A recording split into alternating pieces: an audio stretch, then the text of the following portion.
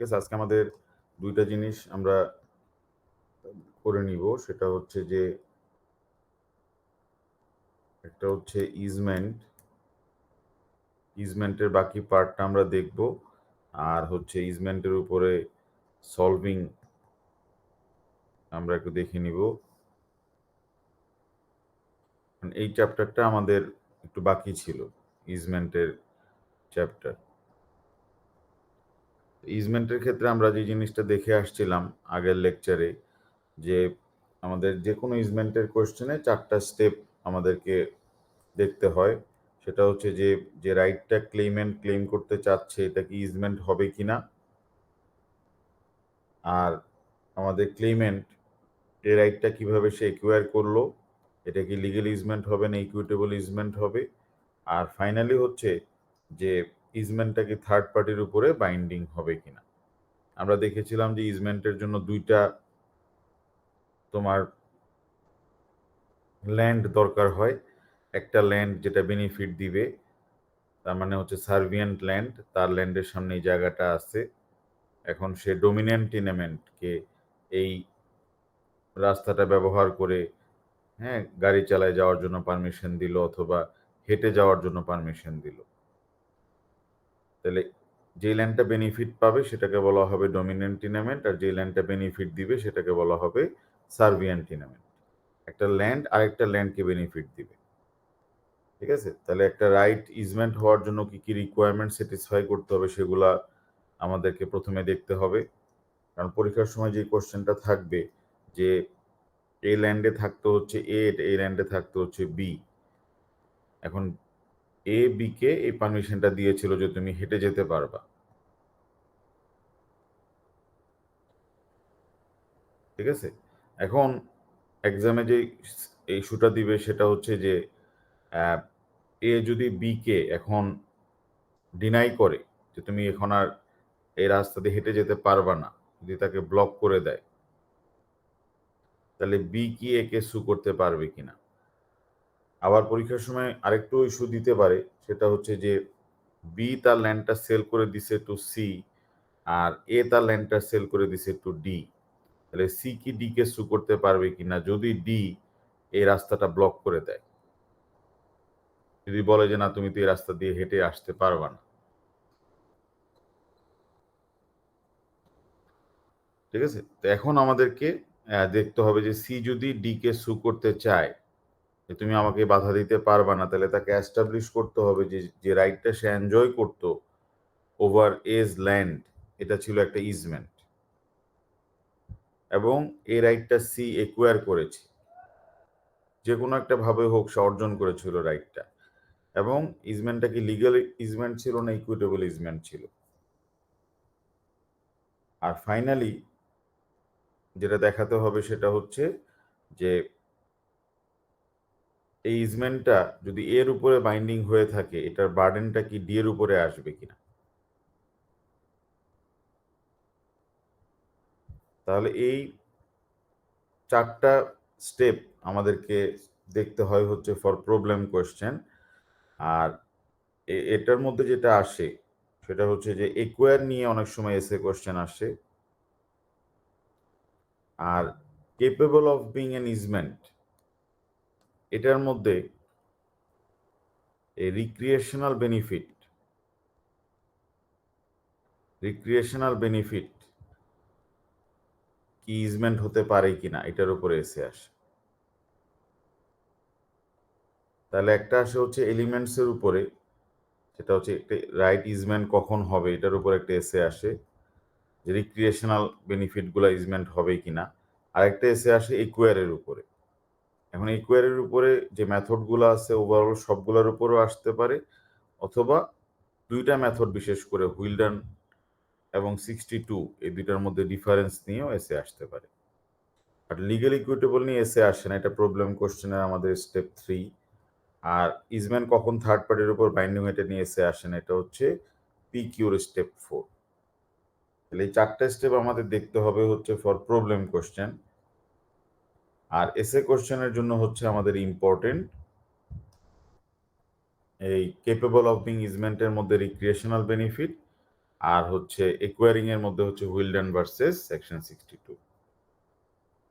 আমরা দেখে আসছিলাম ইজমেন্ট হচ্ছে একটা পার্সন যখন আরেকটা পার্সনকে, ধরো এই যে বিলস প্রপার্টি সার্ভিয়েন্ট টিনেমেন্ট আর ইওর প্রপার্টি ডোমিনেন্ট টিনেমেন্ট, সে রাইট দিয়েছে যে তুমি আমার এই জমিটার উপর দিয়ে তুমি হেঁটে যেতে পারবা, গাড়ি চালায় যেতে পারবা। একটা ল্যান্ড যখন আরেকটা ল্যান্ডকে একটা টেম্পোরারি বেনিফিট দেয়, একটা একটা মাইনর বেনিফিট দেয়, এটাকে বলা হয় হচ্ছে ইজমেন্ট। তাহলে যেহেতু ল্যান্ডকে বেনিফিট দিচ্ছে, সুতরাং এখানে ওনার চেঞ্জ হলেও কোনো অসুবিধা নাই। এর জায়গায় ডি আসলে ডি বাউন্ড হবে, বি এর জায়গায় সি আসলে সি বেনিফিটটা পাবে, সি এর জায়গায় পি আসলে সে বেনিফিট পাবে, ডি এর জায়গায় কিউ আসলে তার উপরে বার্ডেন থাকবে। পার্সন এখানে ইম্পর্টেন্ট না। ইজমেন্ট হচ্ছে একটা ল্যান্ড রিলেটেড বেনিফিট, এটা পার্সোনাল কোনো বেনিফিট না। এটা তুমি পরীক্ষার সময় মনে রাখবা যে একটা রাইট যদি ল্যান্ড রিলেটেড হয় তখনই এটাকে বলা হয় হচ্ছে ইজমেন্ট। আর যদি এটা ল্যান্ড রিলেটেড না হয়, যদি এসটি যদি ডিটি মানে সার্বিয়ান টিনেমেন্টের মালিক যদি ডোমিনেন্ট টিনেমেন্টের মালিককে এখানে টেনিস খেলার জন্য ইনভাইট করে, হ্যাঁ, এটা হবে লাইসেন্স। সুইম করার জন্য তাকে পারমিশন দেয়, সেটা হবে হচ্ছে লাইসেন্স। এগুলো হচ্ছে রিক্রিয়েশনাল। তার পার্কে তোমার যখন যদি আমাদের এই ডোমিনেন্ট টিনেমেন্টের ওনার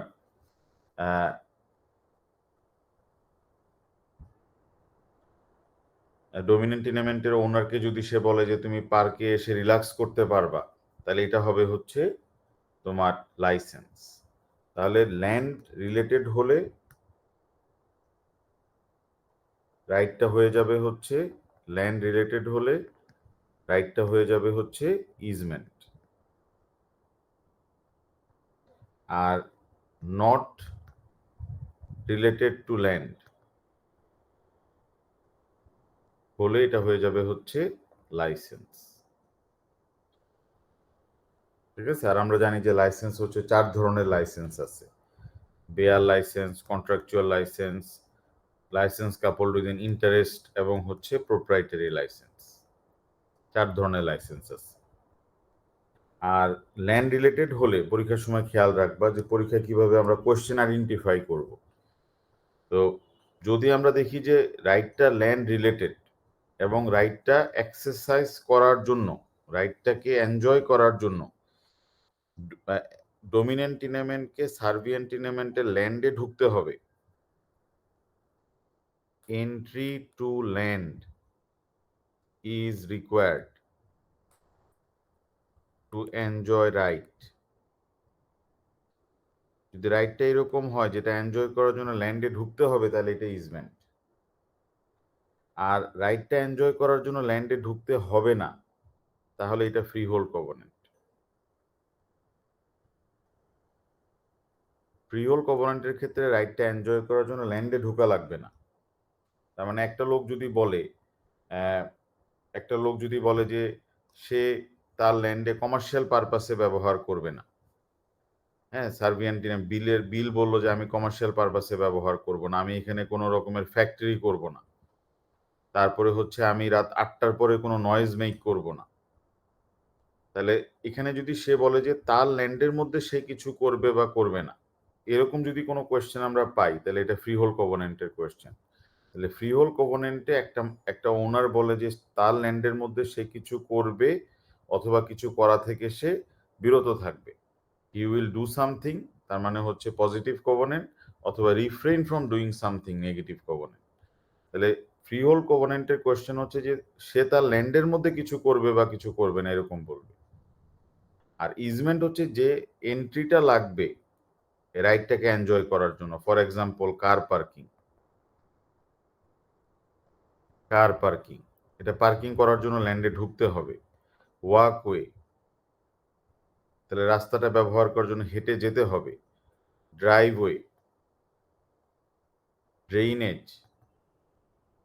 হ্যাঁ, কেবল ওয়্যার মানে তার, হ্যাঁ, এই জিনিসগুলা। তারপরে হচ্ছে স্টোরেজ, যে কোনো কিছু রাখার জন্য তাকে ঢুকতে হবে ল্যান্ডে। ঠিক আছে? তাহলে অনেক স্টুডেন্টরা যেটা দেখা যায় যে ইজমেন্টের কোয়েশ্চেনে ফ্রি হোল্ডের কোয়েশ্চেনে ইজমেন্ট। হ্যাঁ, এইটা খেয়াল রাখতে হবে যে ডিস্টিংশনটা খুবই ইজি। আমরা পরীক্ষার সময় খালি দেখবো যে রাইটটা এনজয় করার জন্য ল্যান্ডে ঢুকতে হবে কিনা, তাহলে এটা হচ্ছে ইজমেন্টের কোয়েশ্চেন। আর রাইটটা এনজয় করার জন্য যদি ল্যান্ডে ঢুকতে না হয় তাহলে এটা ফ্রি হোল্ড কোভনেন্টের কোয়েশ্চেন। সাধারণত ফ্রি হোল্ড কোভনেন্টের কোয়েশ্চেন আরেকভাবেও চেনা যায়, যে ফ্রি হোল্ড কোভনেন্টের কোয়েশ্চেন এক্সামিনার কোভনেন্ট গুলাকে রোমান 1 2 3 অথবা এ বি সি দিয়ে আলাদা করে দেয়, এভাবেও চেনা যায়। ঠিক আছে, তারপরেও বলা যায় না যে যেহেতু ওপেন বুক এক্সাম, এখন কোয়েশ্চেন পেপারের মধ্যে তোমাকে তোমার কেয়ারফুল থাকতে হবে জিনিসটা নিয়ে। পিকিউতে একটু কেয়ারফুল থাকতে হবে যে কোনটা নিয়ে কোয়েশ্চেন আসছে। এখন দেখা যাচ্ছে যে কিছু পিকিউ থাকতে পারে ফ্রি হোল্ডের অথবা ইজমেন্টের এরকম পিকিউ দেখা গেছে যে পিকিউটা সিঙ্গেল কোয়েশ্চেন নিয়ে আসে নাই। হ্যাঁ, কোয়েশ্চেন সলভিং এর ক্ষেত্রে আমরা দেখবো যে ইজমেন্ট থেকে তোমাকে যদি এসে দেয়, এসের তো দুইটা অ্যাঙ্গেল আছে। আমরা মনে হয় প্রপার্টি লয়ের সবগুলা চ্যাপ্টারের এসে গুলো আলাদা আলাদা ভাগ করে দেওয়া হয়েছিল যে কোন চ্যাপ্টার থেকে কি এসে আছে।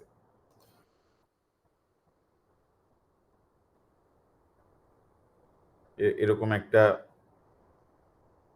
অ্যাঙ্গেল ওয়াইজ দেওয়া হয়েছিল মনে হয়, না?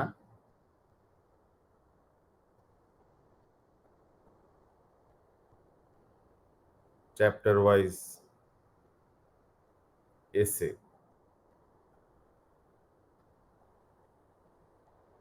ইজম্যানে কোনো এসে এখনো দেওয়া হয়নি। হ্যাঁ, স্যার বলছিলাম যে ইজম্যানে কোনো এসে এখনো দেওয়া হয়নি স্যার। দেওয়া হয়নি, না? আচ্ছা, ইজম্যানে স্যার দুইটা অ্যাঙ্গেল বলেছিলেন, তো দুইটা অ্যাঙ্গেল দেওয়া হয়নি এখন স্যার।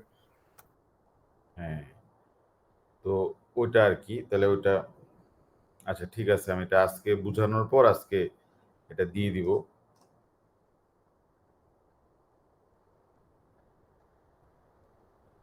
ইজমেন্টের যে দুইটা অ্যাঙ্গেলের এসে গ্রুপে পিকচার দেওয়া আছে, ঠিক আছে, ঠিকই বলছো যে পিকচারে এই এসেটা দেওয়া আছে। একটা এসে হচ্ছে গিয়ে রিক্রিয়েশনাল বেনিফিট গুলা ইজমেন্ট হবে কিনা, আর একটা হচ্ছে কিভাবে একুয়ার করবে, একুয়ারিং এর যে মেথডস গুলা। আর পিকিউ আসলে সচরাচর পিকিউ গুলো আসে হচ্ছে যে 25 মার্কসের একটাই ফ্যাক্ট থাকে। একটা ফ্যাক্টের মধ্যে এক্সামিনার মানে ঘুরায় পেঁচায় দেয় যে একজন আরেকজনের ল্যান্ডে কি কি রাইট গুলো এনজয় করতো, এরকম ভাবে দেয়। আবার কিছু কিছু কোয়েশ্চেন আছে যেখানে examiner A B C D করে 3টা বা 4টা রাইট দিবে বা 5টা রাইট দিবে। এখানে 5টার মধ্যে বিভিন্ন ইস্যু থাকবে। একটাতে দেখা যাবে এলিমেন্টস এর ইস্যু, হ্যাঁ, একটাতে দেখা যাবে একুয়ারিং এর ইস্যু, একটাতে দেখা যাবে যে লিগেল না ইকুইটেবল ইজমেন্টের ইস্যু, একটা দেখা যাবে থার্ড পার্টির ইস্যু, হ্যাঁ, একটা দেখা যাবে রিক্রিয়েশনাল বেনিফিটের ইস্যু। এরকম ভাবে এক্সামিনার আলাদা করতে পারে। সো পিকিউটা ওইভাবে খেয়াল রাখতে হবে। সিমিলার ঘটনা তোমার ফ্রি হোল্ডের ক্ষেত্রেও হতে পারে। ফ্রি হোল্ডেরও এসে আছে, আমরা জানি যে দুইটা অ্যাঙ্গেলের এসে, একটা হচ্ছে ফ্রি হোল্ডের রিফর্মের উপরে, আর একটা হচ্ছে কিভাবে বার্ডেন বেনিফিট ট্রান্সফার হয়। আবার পিকিউটাও দুইভাবে আসতে পারে, 25 মার্কসের অথবা এবিসিডি আকারে। আচ্ছা, তো যে জিনিসটা আমরা বলতেছিলাম যে তোমার ইজমেন্টের সাথে ফ্রি হোল্ডের যে ডিফারেন্সটা, এটা মাথায় রাখবা যে কনফিউশন যেন না হয় প্রবলেম কোশ্চেনে। আর কি কি রাইটগুলো ইজমেন্ট হয় সেটা আমরা দেখেছিলাম। এখন প্রথমে পরীক্ষার সময় তোমার 20 মিনিটস চলে যাবে পিকিউ সলভিং এর ক্ষেত্রে, যে তোমার রাইটটাকে ইজমেন্ট হিসেবে এস্টাবলিশ করতে। এটার জন্য তোমার মিনিমাম 20 মিনিটস লাগবে যে রাইটটা কি ইজমেন্ট কিনা। আর বাকি যে 25 মিনিটস, হ্যাঁ, আমি যদি ধরে নিই 15 মিনিট কোশ্চেন পড়ার টাইম, বাকি 25 মিনিটসে তুমি বাকি 3টা স্টেপ লিখবা যে ইজমেন্টটা কিভাবে একুয়ার করলো, এটা কি লিগ্যাল না ইকুইটেবল ইজমেন্ট, আর থার্ড পার্টির উপরে বাইন্ডিং হবে কিনা, ওটার জন্য 25 মিনিট। কিন্তু রাইটটা ইজমেন্ট কিনা এটার জন্য তুমি 20 মিনিটের মতো ল লিখতে হবে। এটা কঠিন কোনো ব্যাপার না। প্রথমে তুমি দেখে নিবা যে কোন রাইটটা ক্লেম করতেছে, ওয়াকওয়ে, ড্রাইভওয়ে, স্টোরেজ, পার্কিং, কোনটা। সচরাচর এক্সামিনাররা, আমরা বলে দিছিলাম মনে হয় লেকচার 1-এ, সচরাচর এক্সামিনার দেয় হচ্ছে walkway, driveway, drainage, car parking, advertisement, এই 5টা, সাইনবোর্ড 6টা, এই 6টার মধ্যেই বেশিরভাগ কোশ্চেন আসে। এগুলো মনে রাখলেই হবে।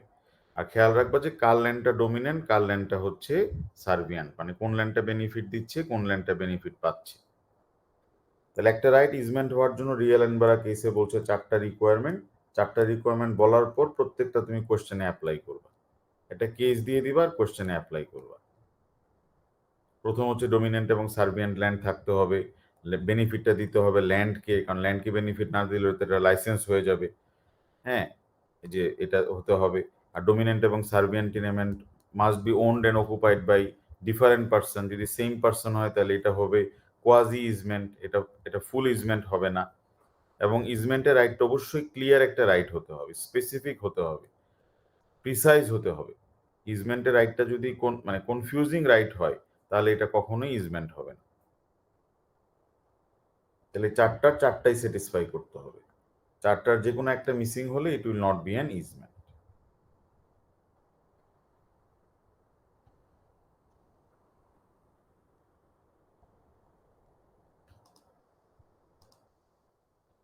তাহলে ফার্স্ট রিকোয়ারমেন্ট হচ্ছে সার্ভিয়েন্ট এবং ডোমিনেন্ট টিনেমেন্ট থাকতে হবে। কোশ্চেনে অ্যাপ্লাই করে দিবা যে কোনটা ডোমিনেন্ট এবং কোনটা সার্ভিয়ান। 2টা ল্যান্ড থাকতে হবে, 2টা প্রাইভেটলি ওন্ড ল্যান্ড থাকতে হবে। এবং প্রাইভেটলি ওন্ড ল্যান্ড না হলেও যদি এটাও হয় যে তোমার বেনিফিট হওয়ার জন্য শুধু একটা ল্যান্ড আর একটা ল্যান্ডকে বেনিফিট দিতে হবে। একটা ল্যান্ড যদি সবাইকে বেনিফিট দেয় গণহারে, সবাইকে যদি বেনিফিট দিয়ে থাকে, এক্স কেও দিচ্ছে, ওয়াই কে দিচ্ছে, জেড কে দিচ্ছে, এ কে দিচ্ছে, বি কে দিচ্ছে, সি কে দিচ্ছে, তাহলে এটা ইজমেন্ট হবে না। ইজমেন্ট হওয়ার জন্য একটা ল্যান্ড আরেকটা ল্যান্ডকে শুধু বেনিফিট দিতে হবে। সবাইকে যদি বেনিফিট দেয় এটাকে বলা হয় তোমার রাইট গিভেন তোমার ইন গ্রস, সবাইকে দিচ্ছে, তাহলে এটা ইজমেন্ট হবে না, এটা লাইসেন্স হয়ে যাবে। এটা লাইসেন্স হয়ে যাবে। ইজমেন্ট হওয়ার জন্য একটা ল্যান্ড আরেকটা ল্যান্ডকে বেনিফিট দিতে হবে।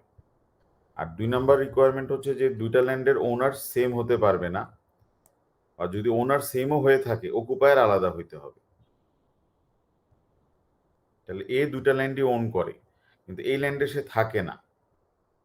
হ্যাঁ, এই ল্যান্ডটা সে বি কে লিজ দিছে, তাহলে আমরা বলতে পারি যে এটা ইজমেন্ট হবে। কারণ ইজমেন্ট হওয়ার জন্য 2টা ল্যান্ডের ওনার অথবা অকুপায়ার আলাদা হইতে হবে। 2টা ল্যান্ডের মালিকই যদি আলাদা হয় তাহলে তো এটা ইজমেন্ট হবেই। অ্যাটলিস্ট যদি 2টা ল্যান্ডের অকুপায়ার আলাদা হয় তাহলে এটা ইজমেন্ট হয়ে যাবে। Dominant and servient tenement must be owned. যদি ওনার আলাদা হয় তাহলে তো পারফেক্ট, কোনো সমস্যা নাই। আর যদি ওনার আলাদা নাও হয়, অকুপায়ার আলাদা হইতে হবে। ঠিক আছে, এটা পরীক্ষার সময় খেয়াল রাখতে হবে। আচ্ছা, আরেকটা জিনিস হচ্ছে easement must benefit the dominant tenement. যে বেনিফিটটা পার্সনকে দিলে হবে না। সার্ভিয়েন্ট ল্যান্ড যদি পাশের ল্যান্ডের মালিককে পার্সোনালি কোনো বেনিফিট দেয়, এ কে, বি কে, সি কে, সার্ভিয়েন্ট টিনেমেন্ট বি কে সাইক্লিং করার জন্য পারমিশন দিল, অথবা এ কে সুইমিং করার জন্য পারমিশন দিল, হ্যাঁ, সি কে হয়তো তার তোমার ল্যান্ডের মধ্যে একটা টিভি অ্যান্টেনা লাগানোর জন্য পারমিশন দিল, হ্যাঁ, অ্যান্টেনা লাগানোর পারমিশন দিল, তাহলে এগুলো হচ্ছে সবই হচ্ছে পার্সনকে বেনিফিট দেওয়া হচ্ছে। এগুলা ল্যান্ডের সাথে টাচ এবং কনসার্ন না। হ্যাঁ, এই বেনিফিটগুলো ল্যান্ডকে তোমার বেনিফিট দিচ্ছে না, পার্সনকে বেনিফিট দিচ্ছে। তাহলে ইজমেন্ট হওয়ার জন্য দ্য ইজমেন্ট মাস্ট বেনিফিট, এটাকে নাম দিয়েছে অ্যাকোমোডেট ডোমিনেন্ট টিনেমেন্ট। যেমন রিয়েল এনবারা পার্ক কেসে আমাদের যে সার্বিয়ান টিনেমেন্ট ছিল সেটা ছিল রিয়েল এনবারা পার্ক, সেটা বেনিফিট দিচ্ছিল হচ্ছে একটা অ্যাপার্টমেন্টের ওনারদেরকে। অ্যাপার্টমেন্টগুলোর ভ্যালু বেড়ে গেছিল হচ্ছে এটা পার্কের ফেসিলিটিসটা থাকার কারণে। পার্কের ফেসিলিটিসটা এখানে রিক্রিয়েশন ছিল না, এটা ল্যান্ডের ভ্যালুকে এফেক্ট করেছিল, ভ্যালু বাড়ায় দিচ্ছিল। তাহলে একটা ইজমেন্ট তখনই এটা হবে হচ্ছে প্রোপ্রাইটারি ইজমেন্ট, এটা পার্সোনাল ইজমেন্ট হবে না, এটা লাইসেন্স হবে না যদি এটা ল্যান্ডের value, quality, mode of user এগুলাকে এফেক্ট করে।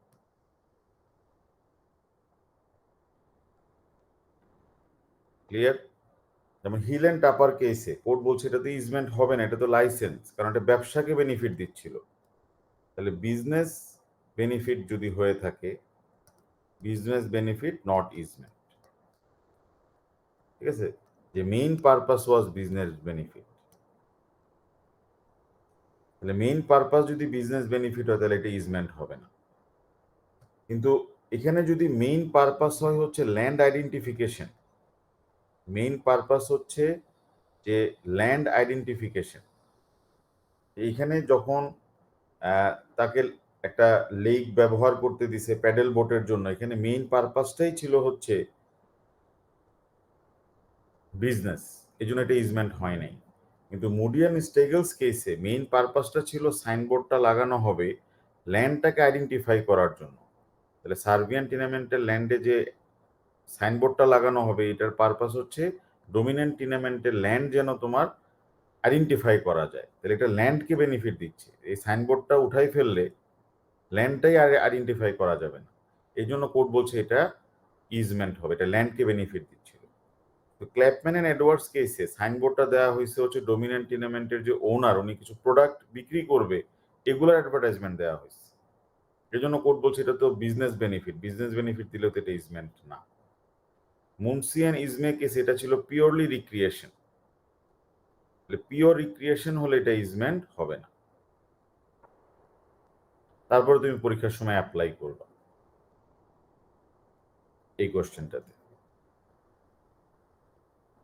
রিসেন্ট যে কেসটা আসছে এরিয়াতে regency villa and diamond resource কেসটা 2018-এর, এখানে যেটা বলতেছে সেটা হচ্ছে রিক্রিয়েশনাল বেনিফিট যদি হয়, মেইন পারপাসটা যদি রিক্রিয়েশন হয় তাহলে এটা তো অবশ্যই ইজমেন্ট হবে না। কেসের নাম হচ্ছে মুনসিয়ান ইজমে।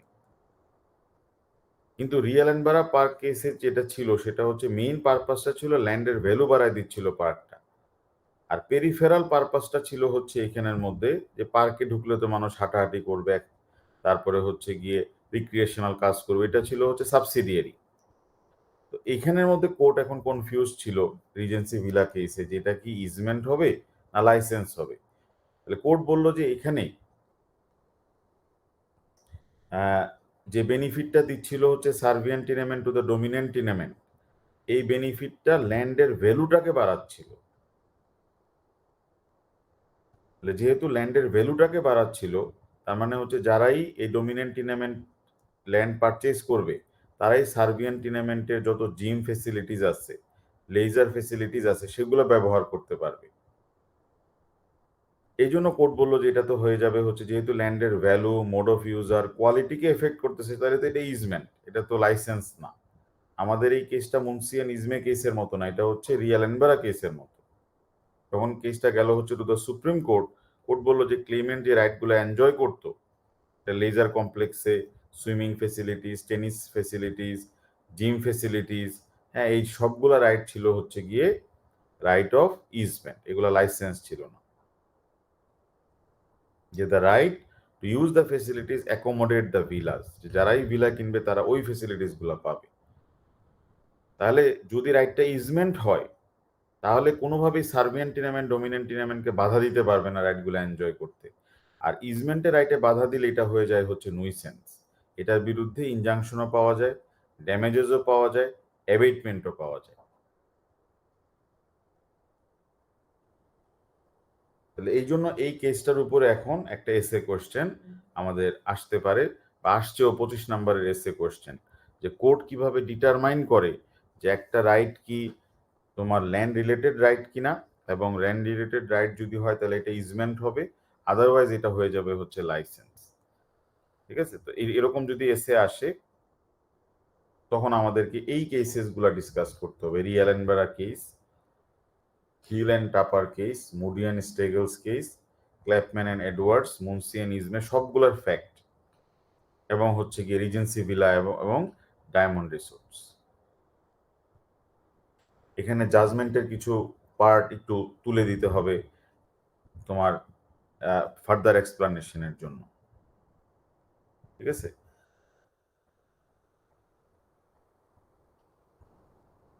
তাহলে এই এসেটা যদি আমাদের পরীক্ষার সময় আসে যে how far do you agree with the view that law on the characteristics and creation of easement is surrounded by confusion and controversy.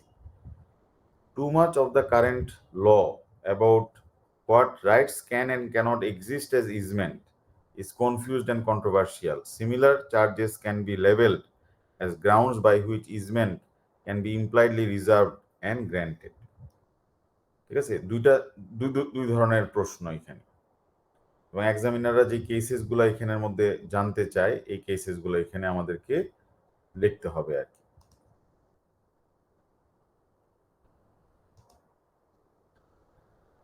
এটা আমরা আসতেছি ইজমেন্টের যেটা আমাদের 4 নাম্বার যে রিকোয়ারমেন্ট, এটার পরে আমরা এসে কোশ্চেনে আসলে এটা বুঝতে সুবিধা হবে যে the rights claim must be capable of being granted by did.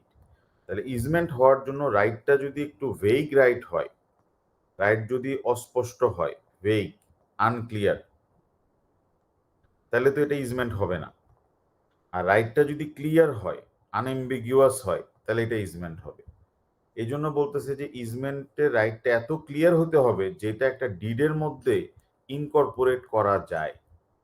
তার মানে যদি সার্বিয়ান টিনেমেন্ট বলে যে ডমিনেন্ট টিনেমেন্টকে যে তুমি আমার ল্যান্ডের নিচ দিয়ে ড্রেন নিয়ে যেতে পারবা, এখন কোন দিক দিয়ে সে ড্রেন নিয়ে যাবে এটা যদি বলা না থাকে তাহলে তো এটা ইজমেন্ট হবে না, কারণ এটা রাইটটা তো ক্লিয়ার না। সে কি ড্রেন নিয়ে যাবে হচ্ছে তার ল্যান্ডের সামনে দিয়ে না পিছন দিয়ে, কোন দিক দিয়ে ড্রেনের লাইনটা হবে, এটা ল্যান্ডের কতটুকু নিচে হবে নাকি না ড্রেনেজটা ভিজিবল হবে, হ্যাঁ এই জিনিসগুলো তো বলা থাকতে হবে। সে যদি সার্বিয়ান টিনামেন্ট বলে আমি এনশিওর করব যে তোমার ল্যান্ডের এয়ার ফ্লো, সানলাইট, তাহলে এখন প্রশ্ন হচ্ছে যে কোন দিক থেকে লাইট আসবে, কোন দিক থেকে বাতাস আসবে। সে যদি বলে সার্বিয়ান টিনামেন্ট যে আমি তোমার প্রাইভেসি এনশিওর করব, তাহলে প্রাইভেসি রাইটটাই তো ভেগ। তাহলে যে রাইটগুলো ভেগ এগুলো ইজমেন্ট হবে না। তাহলে এখানের মধ্যে পরীক্ষার সময় খেয়াল রাখতে হবে ইজমেন্টের রাইটটা স্পেসিফিক এবং ডিফাইনেবল হতে হবে। যদি একটা রাইট হয় হচ্ছে যেটার মিনিং শুধুমাত্র সার্ভিয়েন্ট ওনার অথবা ডমিনেন্ট ওনারই বুঝতে পারবে, রিজনেবল পার্সন বুঝতে পারবে না, তার মানে এই রাইটটা হচ্ছে ভেইগ রাইট, এগুলো ইজমেন্ট হবে না। ভেইগ রাইটগুলো ইজমেন্ট হবে না। যে তুমি আমার ল্যান্ডের জেনারেল রিক্রিয়েশনাল পারপাসে ব্যবহার করতে পারবা, তাহলে what is the recreational purpose? এখানে কি মানে গান গাওয়ার পারপাস, না বসে কবিতা লেখার পারপাস, নাকি না নাস্তা করার পারপাস, নাকি না শুধু হাঁটাচলা করার পারপাস? ঠিক আছে, এই জিনিসটা খেয়াল রাখতে হবে। আর হচ্ছে কেপেবল গ্র্যান্টর গ্র্যান্টি থাকতে হবে, মানে দুজনেরই অ্যাডাল্ট হতে হবে এবং সেইন হতে হবে। তাহলে এই 4টা রিকোয়ারমেন্ট স্যাটিসফাই করলে সাধারণত একটা রাইট ইজমেন্ট হয়ে যাবে। কিন্তু খেয়াল রাখতে হবে পরীক্ষার সময় যে যদি এরকম কোনো ইস্যু থাকে যে যখন আমাদের সার্ভিয়েন্ট ওনার অ্যালাউ করলো ডমিনেন্ট ওনারকে যে তুমি আমার এই তোমার পার্কিং স্পেসটা তুমি ইউজ করতে পারবা, যখন তুমি আসবা তোমার গাড়িটা শুধু ড্রপ অফ করার জন্য, মানে তুমি নেমে তোমার গেস্টদেরকে নামাই দিয়ে বা ফ্যামিলি মেম্বারকে নামাই দিয়ে আবার গাড়ি নিয়ে চলে আসবা তোমার ল্যান্ডে, তাহলে এই রাইটটা সার্ভিয়েন্ট ওনার ডমিনেন্ট ওনারকে দিয়েছে যে এই জায়গাটা আমি ওন করি, ঠিক আছে, এই পুরো জায়গাটা আমি ওন করি, তো তোমাকে আমি ওই রাইটটা দিলাম যে তুমি এখানে শুধু ড্রপ অফ করার জন্য ইউজ করতে পারবা। এখন দেখা গেল যে ডমিনেন্ট ওনার রাইটটাকে এমনভাবে এক্সারসাইজ করা শুরু করলো যে সে নিজে গাড়ি এখানেই পার্ক করে রাখে আর সরায় না গাড়িটা এখানে আর আনে না। তাহলে এটা হয়ে যাচ্ছে কি যে সার্ভিয়েন্ট ওনার তাকে দিয়েছিল লিমিটেড রাইট এক্সারসাইজ করার জন্য, সে এটাকে এখন এক্সক্লুসিভ রাইট হিসেবে ব্যবহার করা শুরু করলো। দিয়েছিল হচ্ছে যে তুমি মাঝে মাঝে তোমার কিছু জিনিস রাখতে চাইলে আমার এই একটা রুম ব্যবহার করতে পারবা স্টোরেজের জন্য, কিন্তু সে এখন পুরো স্টোরেজটা নিজের পারপাসে ব্যবহার করা শুরু করলো। তাহলে যদি এক্সক্লুসিভ ইউজ হয়ে যায় তাহলে এটা হবে হচ্ছে লাইসেন্স অথবা এটা হবে হচ্ছে লিজ, বাট এটা ইজমেন্ট হবে না। ইজমেন্ট হবে হচ্ছে একটা লিমিটেড রাইট। ইজমেন্ট কখনোই মানে এই সার্ভিয়েন্ট ওনারের সাথে জয়েন্ট ইউজ হবে না, আবার এক্সক্লুসিভ ইউজ তো হবেই না। তাহলে ইজমেন্টের রাইটটা হবে হচ্ছে যে একটা লিমিটেড রাইট সে এনজয় করবে, তার মানে হচ্ছে এখানে স্টোরেজ করবে যে কোনো একটা জায়গায়, এবং অবশ্যই সার্ভিয়েন্ট ওনারের জন্য জায়গা রেখে দিয়ে করতে হবে। কখনোই জয়েন্টলি বলতে পারবে না যে আমিও এটার অধিকার রাখি। ঠিক আছে, তাহলে ইজমেন্টের জন্য এটা এক্সক্লুসিভ ইউজ বা জয়েন্ট ইউজ হলে এটা ইজমেন্ট হবে না। এটার জন্য কয়েকটা কেসেস আছে, লন্ডন অ্যান্ড ল্যাডব্রুক। এই কেসে বলছে কার পার্কিং অবশ্যই ইজমেন্ট হবে, কিন্তু এরকম যদি হয় যে কার পার্কিং এর ক্ষেত্রে বললো যে 2টা কার পার্কিং আছে, সার্ভেন্ট ওনার বললো যে ডমিনেন্ট ওনারকে তুমি গাড়ি পার্কিং করতে পারবা, এখন সে 2টাই পার্কিং নিজের জন্য ব্যবহার করে ফেলছে ডমিনেন্ট ওনার, এখানেও সে তার গাড়ি রাখতেছে, এখানেও তার গাড়ি রাখতেছে, তার মানে সে সার্ভেন্ট ওনারকে ল্যান্ড থেকে বের করে দিল। এটা তো হয়ে যাচ্ছে হচ্ছে কি এই যে এক্সক্লুসিভ পজিশন, এক্সক্লুসিভ ইউজ বা জয়েন্ট ইউজ, এটা ইজমেন্ট হবে না, এটা ইদার লিজ হবে অথবা লাইসেন্স হবে। লিজ হলে লিজের ফর্মালিটিস ফুলফিল করলে এটা ভ্যালিড হবে, আদারওয়াইজ ভয়েড, আর না হলে এটা লাইসেন্স হবে, bare licence, contractual licence, licence couple with interest অথবা প্রোপ্রাইটারি লাইসেন্স। স্যার, হ্যাঁ, স্যার যদি এরকম বলে যে রাইট টু ওয়ে স্যার, এবং কেউ যদি বলে যে তুমি আমার এই বাসার এই শর্টকাট রাস্তাটা ইউজ করতে পারবে জাস্ট বিকালবেলা যখন তুমি যাবা, জাস্ট বিকালবেলা ইউজ করতে পারবে, সেটা কি ইজমেন্ট হবে? একটা ডেফিনিট টাইম দিয়ে দিল, এই টাইমে তুমি খালি রাইটটা ইউজ করতে পারবে, সেটা কি লাইসেন্স নাকি ইজমেন্ট হবে দেন?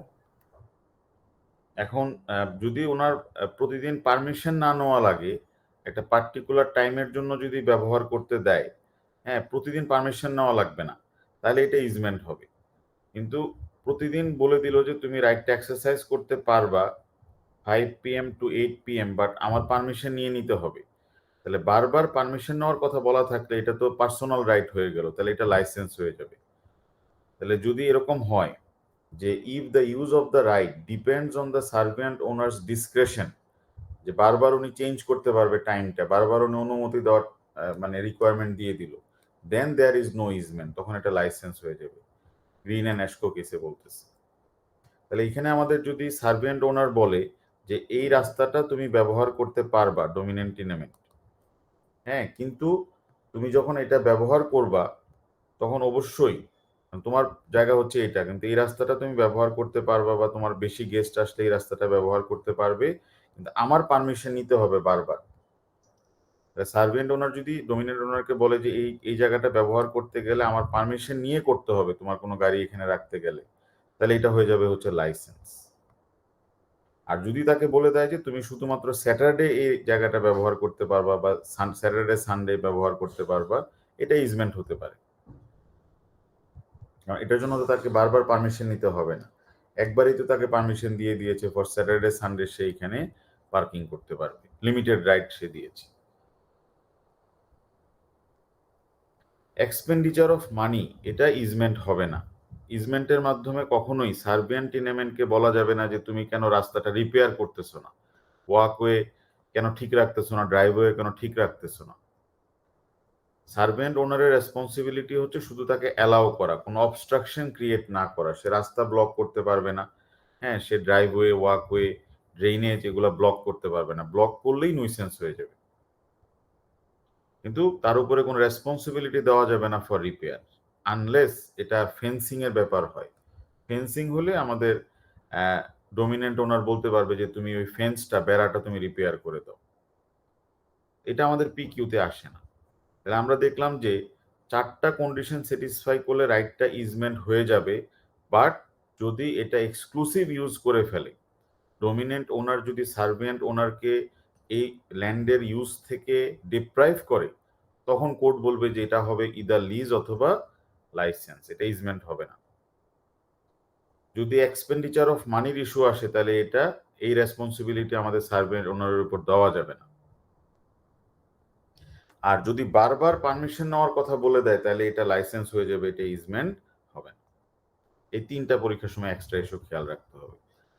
তাহলে এখন মনে হয় আমরা এই এসএটা করতে পারবো, যে এখানে দেখো এসএটা করা যাবে কিনা, যে how far do you agree, তুমি কি এগ্রি করো কিনা with the view that the law on characteristics তোমার of easement is surrounded by confusion and controversy. আমরা ক্রিয়েশনের পার্টটা এখনো পড়ি না, এই জন্য এটা ব্র্যাকেটে রাখলাম, এটা আমরা পড়িনি। কিন্তু ক্যারেক্টারিস্টিক্স, ইজমেন্ট হওয়ার জন্য রাইটটা কি হইতে হবে, ইজমেন্ট হওয়ার জন্য রাইটটা কি হতে হবে, এটা তো রিয়াল এন্ড বারা কেসে বলে দেওয়া আছে। তাহলে ইজমেন্ট হওয়ার জন্য কি ধরনের রিকোয়ারমেন্ট স্যাটিসফাই করতে হবে, এটা কি সারাউন্ডেড বাই কনফিউশন কিনা এবং কন্ট্রোভার্সি কিনা, মানে এখানে অনেক সমালোচনা আছে কিনা বা কনফিউশন আছে কিনা, আমরা বলবো অবশ্যই আছে। মানে ইজমেন্ট হওয়ার জন্য 4টা রিকোয়ারমেন্ট দেওয়া আছে। যে ইজমেন্ট হওয়ার জন্য ফার্স্ট রিকোয়ারমেন্ট হচ্ছে 2টা ল্যান্ড থাকতে হবে ডমিনেন্ট সার্ভিয়ান, এটা নিয়ে কোনো কনফিউশন নাই। তারপরে 2টা ল্যান্ডের ওন অ্যান্ড অকুপায়ার আলাদা হতে হবে, এটা নিয়ে কোনো কনফিউশন নাই। বাট 3 নাম্বারটা নিয়ে বিরাট কনফিউশন, যে easement must accommodate the dominant tenement. And accommodate the dominant tenement, benefit the dominant tenement বলতে কি বোঝায়, কোনটা পার্সোনাল হবে কোনটা প্রোপ্রাইটারি হবে, কিভাবে আমরা বুঝবো যে এটা কি ল্যান্ডকে বেনিফিট দিচ্ছিল না পার্সনকে বেনিফিট দিচ্ছিল। এখানে আমাদের রিয়াল অ্যান্ড বেরা case, Moody and Steggles case, Clapman and Edwards case, তারপরে মুন্সি অ্যান্ড ইজমে কেস, তারপরে হচ্ছে গিয়ে Regency Villa case with judgment discuss করতে হবে, যে এখানে একটা কনফিউশন আছে। মোরওভার আরেকটা কনফিউশন আছে ইজমেন্ট হওয়ার জন্য, যে এটা তোমার ক্লিয়ার এবং প্রিসাইজ হতে হবে, এমবিগুয়াস হলে হবে না। Easement must be capable of being granted by deed. এখানে কিভাবে আমরা বুঝবো যে ইজমেন্টের রাইটটা কি ক্লিয়ার কিনা, কতটুকু ক্লিয়ার হতে হবে, থ্রেশহোল্ডটা কি, সাম আনক্লিয়ারিটি থাকলে এটা কি ইজমেন্ট হবে কিনা, এখানে একটা কনফিউশন আছে। তাহলে এটা আমরা ডিসকাস করবো এক্সামিনারকে, যে ইজমেন্টের যেই ক্যারেক্টারিস্টিক্স এর মধ্যে 2টা নিয়ে কোনো কনফিউশন নাই, প্রথম 2টা, বাট পরের 2টা নিয়ে মারাত্মক কনফিউশন আছে। মোরওভার আরেকটা বড় কনফিউশন হচ্ছে 4টা শর্ত পূরণ করলেই তো এটা ইজমেন্ট হচ্ছে না। 4টা শর্ত পূরণ করার জন্য তো আবার ফার্দারই কয়েকটা কন্ডিশনস আছে, যে যদি ইজমেন্টটা এরকম হয় যে এক্সক্লুসিভ ইউজার বা জয়েন্ট ইউজার, এটা ইজমেন্ট হবে না। তাহলে কিভাবে আমরা বুঝবো যে ডমিনেন্ট ওনার কতটুকু ইউজ বাড়ালে, কতটুকু বঞ্চিত করলে, কতটুকু ডিপ্রাইভ করলে সার্ভেন্ট ওনারকে এটাকে বলা হবে জয়েন্ট ইউজার বা এক্সক্লুসিভ ইউজার, কতটুকু করলে আসলে এটা হবে। সে তাকে বলছিল যে তুমি কিন্তু সকাল 8টা থেকে 5টার মধ্যে হাঁটাহাঁটি করবা, এর বাইরে কিন্তু করতে পারবা না। এখন সে 5টার জায়গায় 5:30 পর্যন্ত হাঁটাহাঁটি করতেছে বা 6টা পর্যন্ত, তাহলে কি এটা জয়েন্ট ইউজার বা এক্সক্লুসিভ ইউজার হবে, নাকি না সে দিনটা 24 ঘন্টা ব্যবহার করলে এটা এক্সক্লুসিভ বা জয়েন্ট ইউজার হবে। সে তাকে বলছে স্টোর রুমের মধ্যে তুমি কিন্তু শুধুমাত্র বাম পাশে জিনিসপত্র রাখবা, ডান পাশে রাখবা না। এখন সে মাঝে মাঝে বাম পাশে রাখা শুরু করছে, এটা কি জয়েন্ট ইউজার বা এক্সক্লুসিভ ইউজার হবে কিনা, মাঝে মাঝে করে আর কি। তাহলে এটা তো একটা কনফিউশন হয়ে যাচ্ছে যে কখন এটা হবে জয়েন্ট ইউজার বা কখন এটা হবে তোমার এই এক্সক্লুসিভ ইউজ। তারপরে হচ্ছে বারবার পারমিশন নিতে গেলে এটা হবে না, এবং তোমার এক্সপেন্ডিচারের কোনো ইস্যু হলে এটা ইজমেন্ট হবে না। তাহলে এখানেও তো কিছু কনফিউশন আছে, এটাই এক্সামিনার জানতে চাচ্ছি ইন দ্য এসে কোয়েশ্চেন। ঠিক আছে, পরের কোশ্চেনটা 2022 সিমিলার টাইপেরই কোশ্চেন আসছে, যে too much of the current law about what right can and cannot exist as easement is confused and controversial. কোন রাইটগুলো আসলে ইজমেন্ট এবং কোনটা ইজমেন্ট না, এটা আসলেই কনফিউজড এবং কন্ট্রোভার্সিয়াল। তুমি কি এটা এগ্রি করো কিনা। তাহলে এখন আমাদের এই কেসেসগুলো আমরা অ্যাটলিস্ট আমাদের এই যে দেখো 25 নম্বরের কোশ্চেন কিন্তু, তাহলে 12.5 হচ্ছে কি নিয়ে, ক্যারেক্টারিস্টিক্স নিয়ে, আর 12.5 হচ্ছে ক্রিয়েশন নিয়ে। এখানেও সেম, এখানেও 12.5 হচ্ছে গিয়ে ক্যারেক্টারিস্টিক্স নিয়ে, আবার সিমিলার ভাবে পরের প্যারাগ্রাফে আবার লিখছে হচ্ছে ক্রিয়েশন, তাহলে 12.5। তাহলে এখানেও কেসগুলো এক্সামিনার এমন ভাবে দিছে যে একদম এতটুক পর্যন্ত 7টা কেস হচ্ছে ক্যারেক্টারিস্টিক্স এর কেস।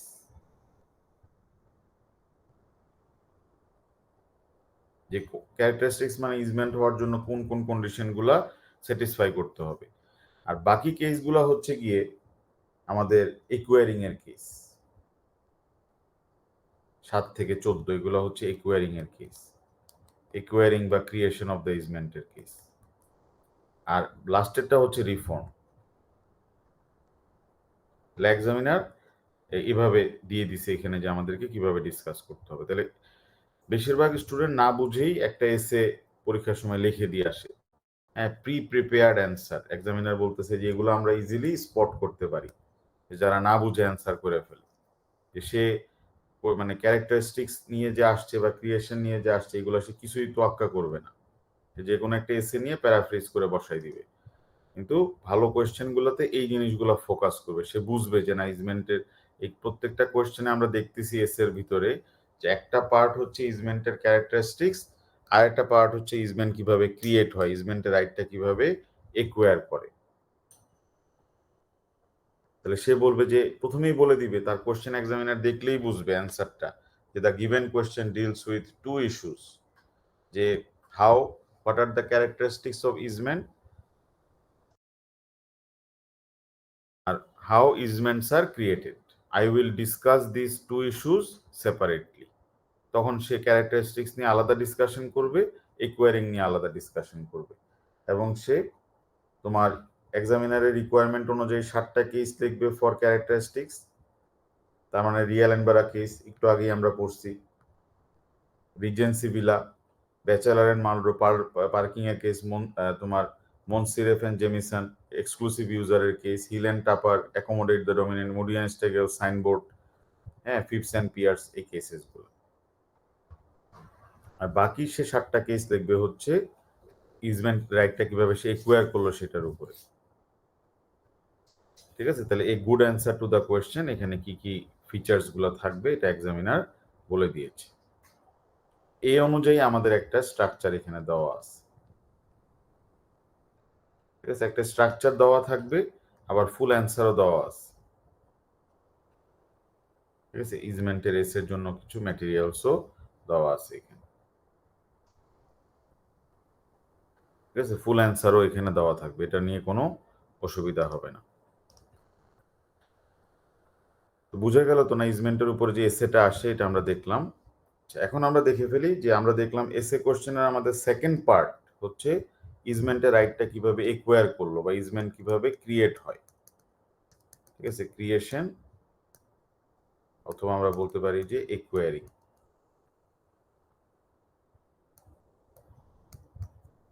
তাহলে যদি ইজমেন্টের একটা রাইট যদি আমি ইজমেন্ট হিসেবে এস্টাবলিশ করে ফেলতে পারি, তাহলে আমাদের পরের ইস্যুটা আসে হচ্ছে যে আমি কিভাবে রাইটটা একুয়ার করলাম। তাহলে ইজমেন্ট দুইভাবে ক্রিয়েট করা যায়, ইজমেন্ট দুইভাবে একুয়ার করা যায়। যে যেটা করছে তার একটা ল্যান্ড এম এর কাছে সেল করছে, তাহলে যে হচ্ছে সেলার, এম হচ্ছে বায়ার। যে যখন এম কে সেল করলো, তখন যে এম কে বললো যে তোমাকে আমি জমিটা সেল করতেছি, কিন্তু তুমি যেটা স্টিল করতে পারবা আমার ল্যান্ডের উপর দিয়ে তুমি হেঁটে যেতে পারবা। তাহলে যখন একজন পার্সন আরেকজনকে জমিটা সেল করে এবং তাকে নিজের ল্যান্ডের উপর একটা রাইট দেয়, মানে সেলার বায়ারকে তার ল্যান্ডের উপর একটা রাইট দেয়, সেটাকে বলা হয় গ্র্যান্ট। হ্যাঁ, দিয়ে দেওয়া, এটাকে বলা হয় হচ্ছে গ্র্যান্ট।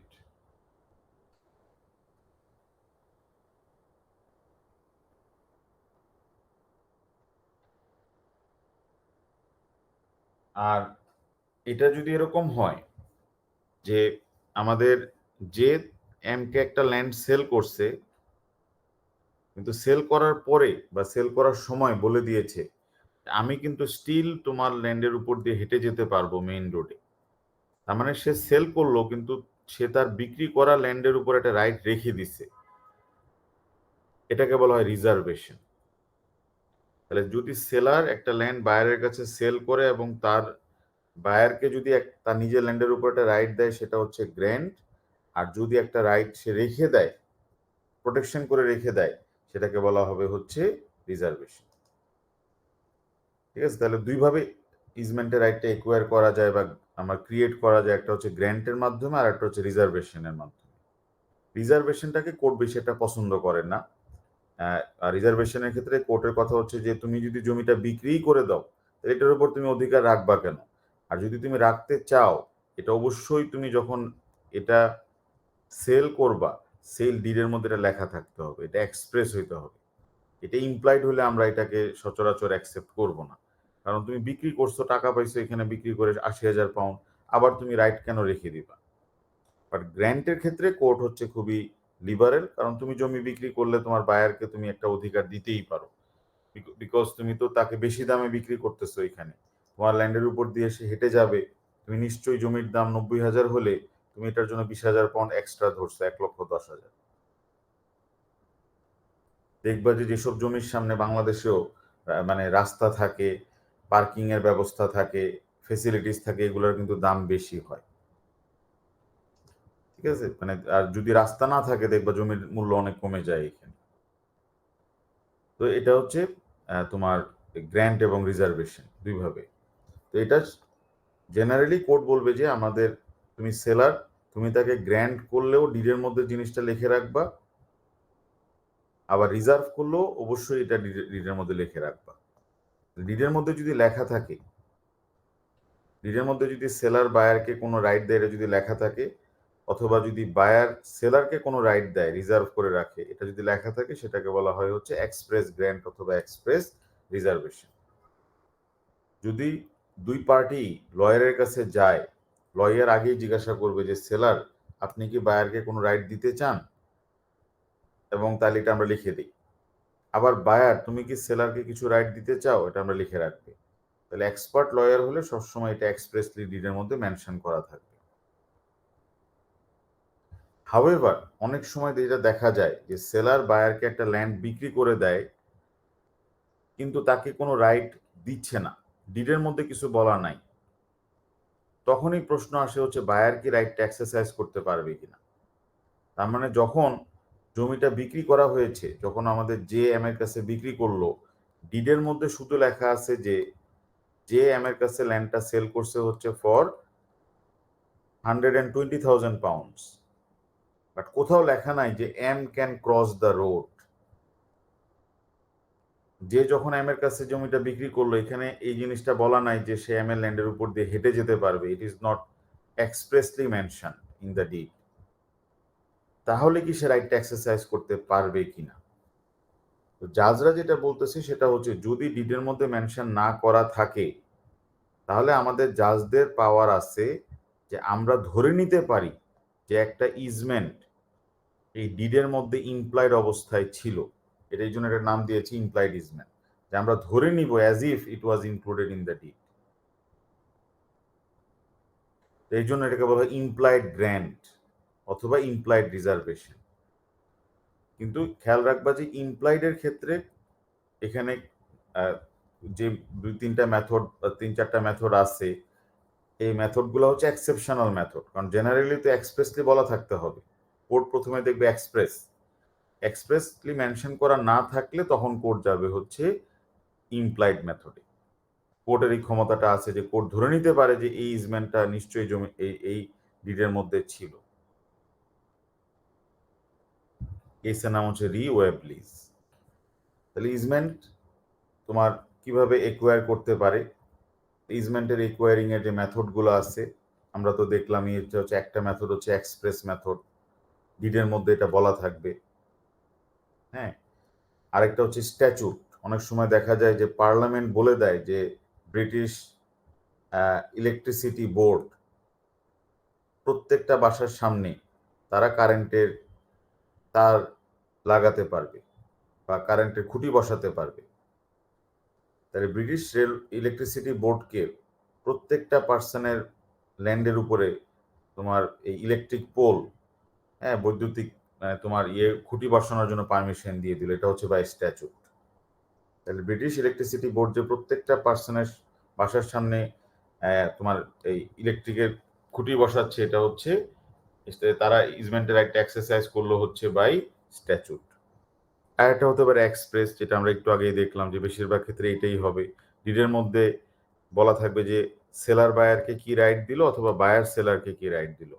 সেলার বায়ারকে দিলে এটাকে বলা হয় গ্র্যান্ট, আর বায়ার সেলারকে দিলে এটাকে বলা হবে রিজার্ভেশন। তাহলে এক্সপ্রেস এটা গ্র্যান্ট হতে রিজার্ভেশন হতে পারে। আর যদি ডিডের মধ্যে না বলা থাকে তাহলে কোর্টের ক্ষমতা আছে, কোর্ট বলে দিতে পারে যে আমরা ধরে নিব যে এটা ডিডের মধ্যে ইমপ্লয়েড অবস্থায় ছিল, ইমপ্লয়েড ইজমেন্ট। ইমপ্লয়েড এটা গ্র্যান্ট হতে পারে। তাহলে ইমপ্লয়েডের ক্ষেত্রে ধরে নেওয়া হবে সেলার বায়ারকে রাইটগুলো দিয়েছিল, হ্যাঁ, চারটা ক্ষেত্রে, নেসেসিটি বা চারটা থ্রুতে, কমন ইন্টেনশন, সেকশন 62 এবং হুইলডন ভার্সেস বারোস। আর রিজার্ভেশনের ক্ষেত্রে দ্যাট ইজ বায়ার সেলারকে রাইটগুলা দিয়েছিল ধরে নিবে হচ্ছে মাত্র দুইটা মেথডে, নেসেসিটি এবং কমন ইন্টেনশন। এখানে সেকশন 62ও নাই, আবার হচ্ছে হুইলডন ভার্সেস বারোসও নাই। তাহলে রিজার্ভেশন মানে কি, যে বায়ার সেলারকে রাইট দিচ্ছে। এটা কোর্ট সাধারণত বলবে যে সেলার তুমি যদি কোনো রাইট রিজার্ভই করতে চাও এটা তুমি ডিডে লেখো নাই কেন, এটা তো অবশ্যই এক্সপ্রেসলি বলা থাকতে হবে, কারণ তুমি বেটার পজিশনে ছিল, তুমি বিক্রেতা, তুমি তোমার রাইটগুলো রেখে তারপরে তুমি বিক্রি করবা। তাহলে রিজার্ভেশনের ক্ষেত্রে আমরা তোমার বিপক্ষেই থাকবো। রিজার্ভেশনের ক্ষেত্রে মাত্র 2টা মেথড। বাট সেলার তো বেটার পজিশনে থাকে, সে যদি অনেক সময় মানে তোমার আলটেরিয়ার কোনো মোটিভ থাকতে পারে, এই জন্য সে ডিডের মধ্যে ওই রাইটটা মেনশন করবে না, কিন্তু কোর্ট বলবে যে আমরা ধরে নিব যেটা ডিডের মধ্যে ছিল, কারণ সেলার এবং বায়ারের মধ্যে বায়ার সবসময় তোমার লোয়ার পজিশনে থাকে, বার্গেনিং পাওয়ারটা তার কম থাকে। ঠিক আছে, তাহলে ইমপ্লয়েড ক্রিয়েশন যদি না হইতো তাহলে অনেক বায়ার জমিটা কেনার পরে অনেক ঝামেলায় পড়ে যেত। জমিটা কেনার সময় হয়তো সে খেয়ালই করে নাই যে সে মেইন রোডে যাবে কিভাবে, ডিডের মধ্যে পরে দেখে ডিডের মধ্যে মেনশন করা নাই যে সে কিভাবে রোডের মধ্যে যাবে, মেইন রোডে যাবে। এখন এই অবস্থায় যদি আমাদের যে যদি এমকে এই রাস্তা ক্রস করতে না দেয়, তাহলে তো এম বেচারা ঝামেলায় পড়ে যাবে যে সে কিভাবে জমি থেকে বের হবে। তখন কোর্ট বলে দিবে আমরা ধরে নিব যে এই ইজমেন্টটা ডিডের মধ্যে ইমপ্লয়েড অবস্থায় ছিল, আদারওয়াইজ এটা বায়ারের জন্য ইনজাস্টিস হবে, এম এর জন্য ইনজাস্টিস হবে। আর আরেকটা মেথড আছে প্রেসক্রিপশন, যে যদি আমাদের এক্স দেখাতে পারে যে সে ওয়াইয়ের জমির উপরে একটা রাইট 20 বছর যাবৎ এক্সারসাইজ করে গেছে, যে তার জমির উপর দিয়ে হেঁটে গেছে 20 বছর, গাড়ি চালায় গেছে 20 বছর, ড্রেইনের লাইন নিয়ে গেছে 20 বছর, অথবা এই জমিতে স্টোরেজ করতেছে ফর 20 ইয়ার্স, তাহলে এখানে কোনো স্ট্যাচুট না থাকলেও চলবে, এক্সপ্রেসলি গ্র্যান্ট না করলেও হবে, ইমপ্লয়েড গ্র্যান্ট না করলেও হবে। সে বলবে যে আমি যেহেতু 20 বছর একটা রাইট এক্সারসাইজ করেছি, এই রাইটটা আমি একুয়ার করে ফেলছি তোমার জমির উপরে বাই প্রেসক্রিপশন। কারণ যখন আমি প্রথম রাইটটা এক্সারসাইজ করা শুরু করলাম তখন আমি ছিলাম ট্রেসপাসার, তুমি আমাকে 20 বছর বাধা দাও নাই, তাহলে এই যে রাইটটা, এই লিমিটেড রাইটটা এক্সারসাইজ করার আমার অধিকার চলে আসছে। তার মানে এই না যে আমি জমিটার মালিক হয়ে গেছি, তাহলে এটাকে বলা হবে অ্যাডভার্স পজিশন, কিন্তু আমি শুধু এই রাইটটা এক্সারসাইজ করার আমি পারমিশন পেয়ে গেলাম হচ্ছে পার্মানেন্ট।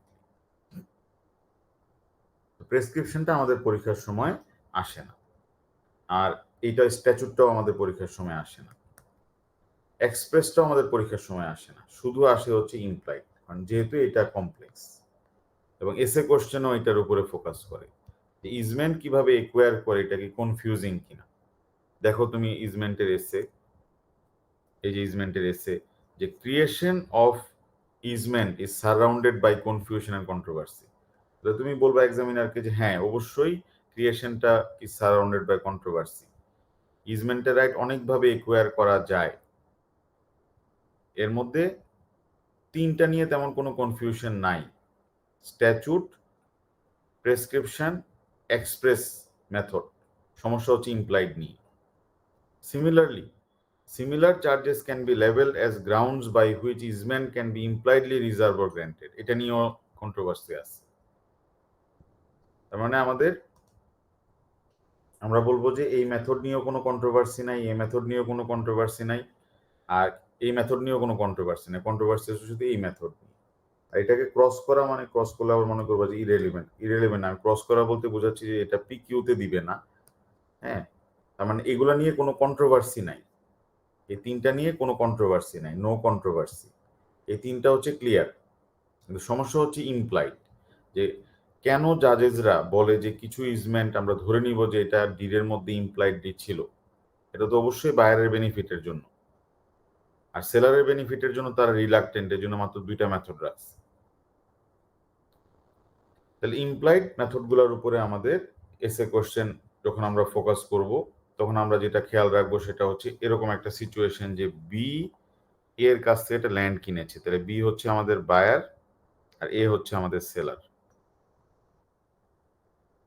ডিডের মধ্যে এ লেখছে হচ্ছে যে আমি বি কে একটা জমি সেল করতেছি ফর 10,000 পাউন্ডস, 1,10,000 পাউন্ডে, আর কিছু লেখা নেই।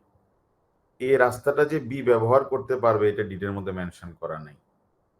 বি এই জমিটা কেনার পর বিরাট ভেজালে পড়ে গেছে যে সে জমি থেকে কিভাবে এখন বের হবে, রাস্তা খুঁজে পাচ্ছে না, এই রাস্তাটা তো তাকে দিচ্ছে না ব্যবহার করার জন্য। এই তাহলে না এখানে স্ট্যাচুট আছে, না এখানে এক্সপ্রেসলি তাকে গ্র্যান্ট করছে, না এখানে প্রেসক্রিপশন, কোনোটাই অ্যাপ্লাই হয় না। এখন বি আসলো কোর্টে, কোর্টে এসে বলতেছে তাহলে আমি কি করব, আমার ল্যান্ডটা তো লকড হয়ে গেছে, মানে আমার ল্যান্ডের চারপাশে হচ্ছে এ, আর এদিক দিয়ে কোনো রাস্তার ব্যবস্থা নাই, এদিক দিয়ে কোনো রাস্তা নাই, এদিক দিয়ে কোনো রাস্তা নাই, চারিদিকে পানি, চারিদিকে জঙ্গল, হ্যাঁ, কোনো অল্টারনেটিভ কোনো ওয়ে নাই আমার ল্যান্ড থেকে বের হওয়ার জন্য একমাত্র এই রাস্তাটা ছাড়া। তখন আমাদের কোর্ট বলবে যে আমরা ধরে নিব যে একটা ইজমেন্ট এই ডিডের মধ্যে ইমপ্লয়েড অবস্থায় ছিল, বিকজ আদারওয়াইজ তো তার ল্যান্ডটা লকড হয়ে যাবে। তাহলে আমরা ধরে নিব যে এই ইজমেন্টটা ল্যান্ডের মধ্যে ছিল বিকজ এই রাইটটা এক্সারসাইজ করাটা হচ্ছে নেসেসারি। তাহলে ইমপ্লয়েড আউট অফ নেসেসিটি।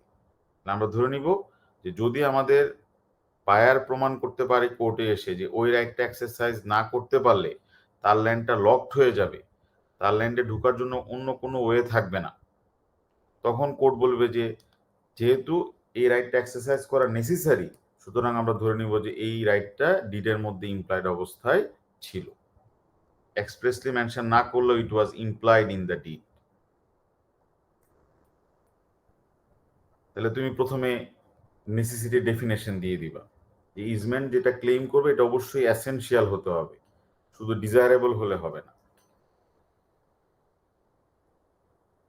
তাকে দেখাইতে হবে যে এই রাইটটা এক্সারসাইজ করতে না পারলে আমার ল্যান্ডটা লকড হয়ে যাবে। যদি অল্টারনেটিভ কোনো রাস্তা থাকে, ঠিক আছে, যে বি বলতে মানে এ মানে বি বলতে চাচ্ছে যে আমি তো এই রাস্তাটা ব্যবহার করতে পারবো, এ বলতেছে না তোমার তো আরেকটা রাস্তা আছে, তুমি চাইলে এদিক দিয়ে গিয়ে এদিক দিয়ে যেতে পারো, তাহলে তো তোমার ল্যান্ডটা লকড হয় নাই। কিন্তু সে বলতে যাচ্ছে না এই রাস্তা দিয়ে গেলে আমার লাগবে 2 মিনিট, এটা দিয়ে গেলে আমার লাগবে হচ্ছে 14 মিনিট, তাহলে তো এটা মানে আমাকে এটা ইউজ করতে দিতে হবে, নেসেসিটি। কোর্ট বলবে না, অল্টারনেটিভ যদি রাস্তা থাকে তাহলে এটা কোনোভাবেই নেসেসিটি হবে না।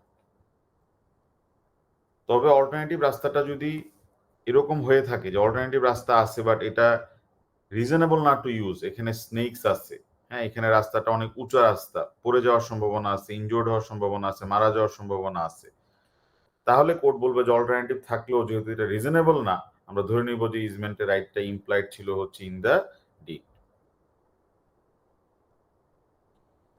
It is very hard to get an implied easement out of necessity.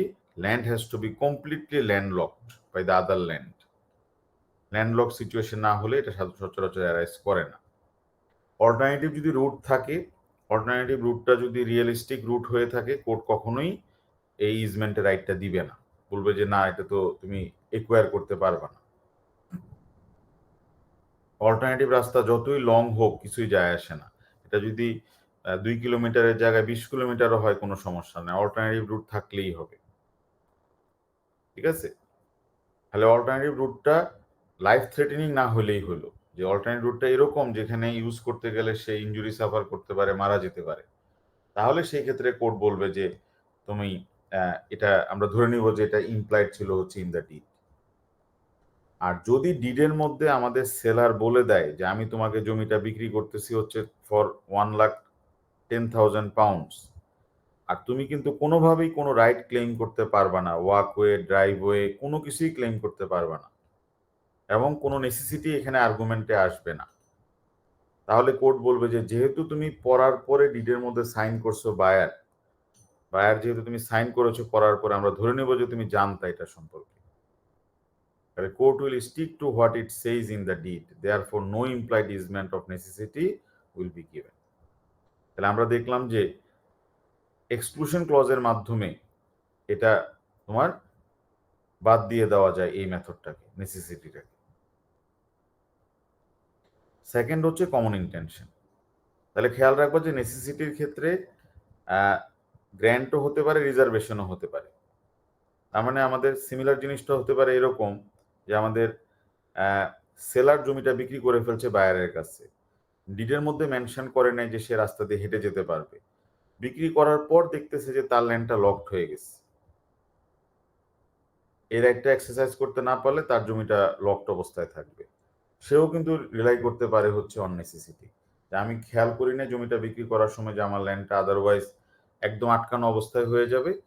Court তখন বলে দিবে যে আচ্ছা ঠিক আছে, যেহেতু তার ল্যান্ডটা লকড হয়ে যাচ্ছে, আমরা ধরে নিব যে এই ইজমেন্টের রাইটটা ডিডের মধ্যে ইমপ্লাইড ছিল। তাহলে নেসেসিটি সেলারও রিলাই করতে পারে, বায়ারও রিলাই করতে পারে। নেসেসিটি বায়ারকেও রাইট দেয়, আবার হচ্ছে সেলারকেও রাইট দেয়। ঠিক আছে। সেকেন্ড হচ্ছে কমন ইন্টেনশন। কমন ইন্টেনশন বলতে যেটা বোঝায় যে এ তার একটা জমি বি কে তোমার সেল করলো এবং ডিডের মধ্যে লেখা আছে যে আমি 2,50,000 পাউন্ডে আমি আমার একটা ল্যান্ড সেল করলাম, একটা ল্যান্ডের বেসমেন্ট নিচতলাটা আমি বিক্রি করে দিলাম। আর এই তোমার এবং এ জানতো এখানে যে বি এটাকে ইউজ করবে একটা রেস্টুরেন্ট হিসেবে, এটা রেস্টুরেন্ট হিসেবে ব্যবহার করবে, এটা জানতো। আর ডিডের মধ্যে কোনো রাইট এ বি কে দেয় নাই, কোনো এক্সপ্রেস গ্র্যান্ট এখানে ছিল না। কারণ বি যখন রেস্টুরেন্ট করতে গেছে, যেহেতু বেসমেন্ট নিচতলা একদম মাটির নিচে, তো সে এখানে পাইপ বসাইছে, এক্সস্ট পাইপ, যেটা দিয়ে ধোঁয়া বের হবে। এখন এ বলতে যাচ্ছে না তুমি পাইপ সরাও, কারণ তুমি যখনই পাইপটা বসাবা তুমি তো আমার ল্যান্ডের উপর রাইট এক্সারসাইজ করতেছো। ঠিক আছে, তো এইটা তো তোমাকে আমি গ্র্যান্ট করি নাই। বি বলতেছে রাইটটা তো ইজমেন্ট, আমার ল্যান্ড হচ্ছে ডোমিনেন্ট টিনামেন্ট, তোমারটা servient tenement, owned by different person. 3 number, land benefit পাচ্ছে, কারণ আদারওয়াইজ এটা মানে রেস্টুরেন্টের পারপাসেই ব্যবহার করা যাবে না, এটা ব্যবসাকে বেনিফিট দিচ্ছে না, ল্যান্ডটাকে বেনিফিট দিচ্ছে। যে 3 নাম্বার হচ্ছে এ রাইটটা ক্লিয়ার, মানে তোমার এই যে এক্সস্ট পাইপ লাগানোর রাইট, কিন্তু এটা তো ডিডের মধ্যে বলা নাই, এক্সপ্রেসলি তো গ্র্যান্ট করে নাই। কিন্তু কোর্ট বলবে এটা তো নেসেসিটিও আসতেছে না, কোর্ট বলবে যে এই পাইপ লাগানো কি নেসেসারি? আর পাইপ না লাগাইলে তুমি তো অন্য পারপাসে এটা ব্যবহার করতে পারো, তুমি এটাকে একটা লাইব্রেরি হিসেবে ব্যবহার করতে পারো, তুমি এটাকে একটা ডক্টরের চেম্বার, লয়ার্স চেম্বার হিসেবে ব্যবহার করতে পারো। কিন্তু বি বলবে যে আমি তো যখন জমিটা কিনেছিলাম তখন তো সে জানতো যে এটা আমি রেস্টুরেন্টের জন্য ব্যবহার করতেছি বা ব্যবহার করব, এবং যেহেতু এটা বেসমেন্ট তার মানে আমার একটা এক্সস্ট পাইপ লাগবে। তাহলে এটা ছিল আমার এবং তার কমন ইন্টেনশন, যে ল্যান্ডটা কোন পারপাসে ব্যবহার করা হবে। আর এটা যদি এক্সস্ট পাইপ না বসাতে পারলে ওই পার্টিকুলার যে পারপাসে আমি জমিটা কিনেছিলাম ওই পারপাসেই ব্যবহার করা যাবে না। তার মানে এরকম না যে আমার ল্যান্ডটা লকড হয়ে যাবে, আমি ল্যান্ডে ঢুকতে পারবো না, ল্যান্ডটা অন্য কাজে ব্যবহার করতে পারবো না, কিন্তু আমি পার্টিকুলার ওই পারপাসে ব্যবহার করতে পারবো না।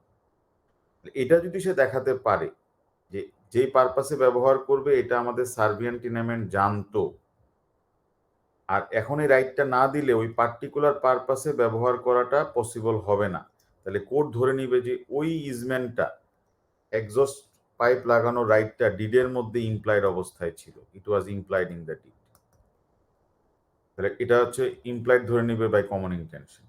তাহলে কমন ইন্টেনশনের ক্ষেত্রে আমাদের দুইটা কন্ডিশন স্যাটিসফাই করতে হবে, যে what use the dominant tenement have the parties mutually intended. What use the dominant land have the parties mutually intended, যে কোন পারপাসে ব্যবহার করবে এটা কি আমাদের সার্বিয়ান ওনার কি জানতো কিনা। আর is the right claim essential for that purpose, খেয়াল রাখতে হবে যে এটা এরকম রাইট হওয়ার দরকার নেই যেটা এক্সারসাইজ করতে না পারলে ল্যান্ডটা লকড হয়ে যাবে। আমাদের ডোমিনেন্ট টিনামেন্ট দেখাবে যে ওই রাইটটা এক্সারসাইজ করতে না পারলে শুধুমাত্র ওই পার্টিকুলার পারপাসে ল্যান্ডটা ব্যবহার করা যাবে না। তাহলে দুইটা কোশ্চেনের অ্যান্সার যদি ইয়েস হয় তাহলে এটা ইমপ্লাইড হিসেবে কোর্ট ধরে নিবে হচ্ছে বাই কমন ইন্টেনশন। আর দুইটার যে কোনো একটা যদি নো হয়ে যায় তাহলে কোর্ট বলবে যে না এটা ইমপ্লাইড হবে না, হচ্ছে বাই কমন ইন্টেনশন। কেসের নাম হচ্ছে উং অ্যান্ড বিউমন্ট কেস। এখানে প্রিন্সিপালটা লেখা আছে প্যারাগ্রাফ হিসেবে আর এখানে লেখা আছে পয়েন্ট হিসেবে। এই কেসটা পরবর্তীতে স্ট্যাফোর্ড অ্যান্ড লি কেসেও ব্যবহার করা হয়েছিল। তাহলে এটা কেন নেসেসিটি থেকে আলাদা? নেসেসিটিতে হচ্ছে আমি কোনো পারপাসে ল্যান্ডটা ব্যবহার করতে পারবো না, যে land cannot be used at all.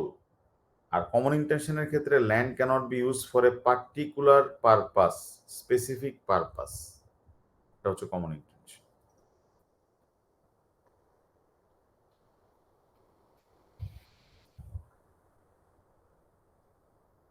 ঠিক আছে, তাহলে খেয়াল রাখবা যে এই নেসেসিটি এবং কমন ইন্টেনশন এই দুইটাই বায়ারও ব্যবহার করতে পারে ডিডের মধ্যে ইমপ্লাইড বলার জন্য, সেলারও ব্যবহার করতে পারে রিজার্ভেশনের ক্ষেত্রে।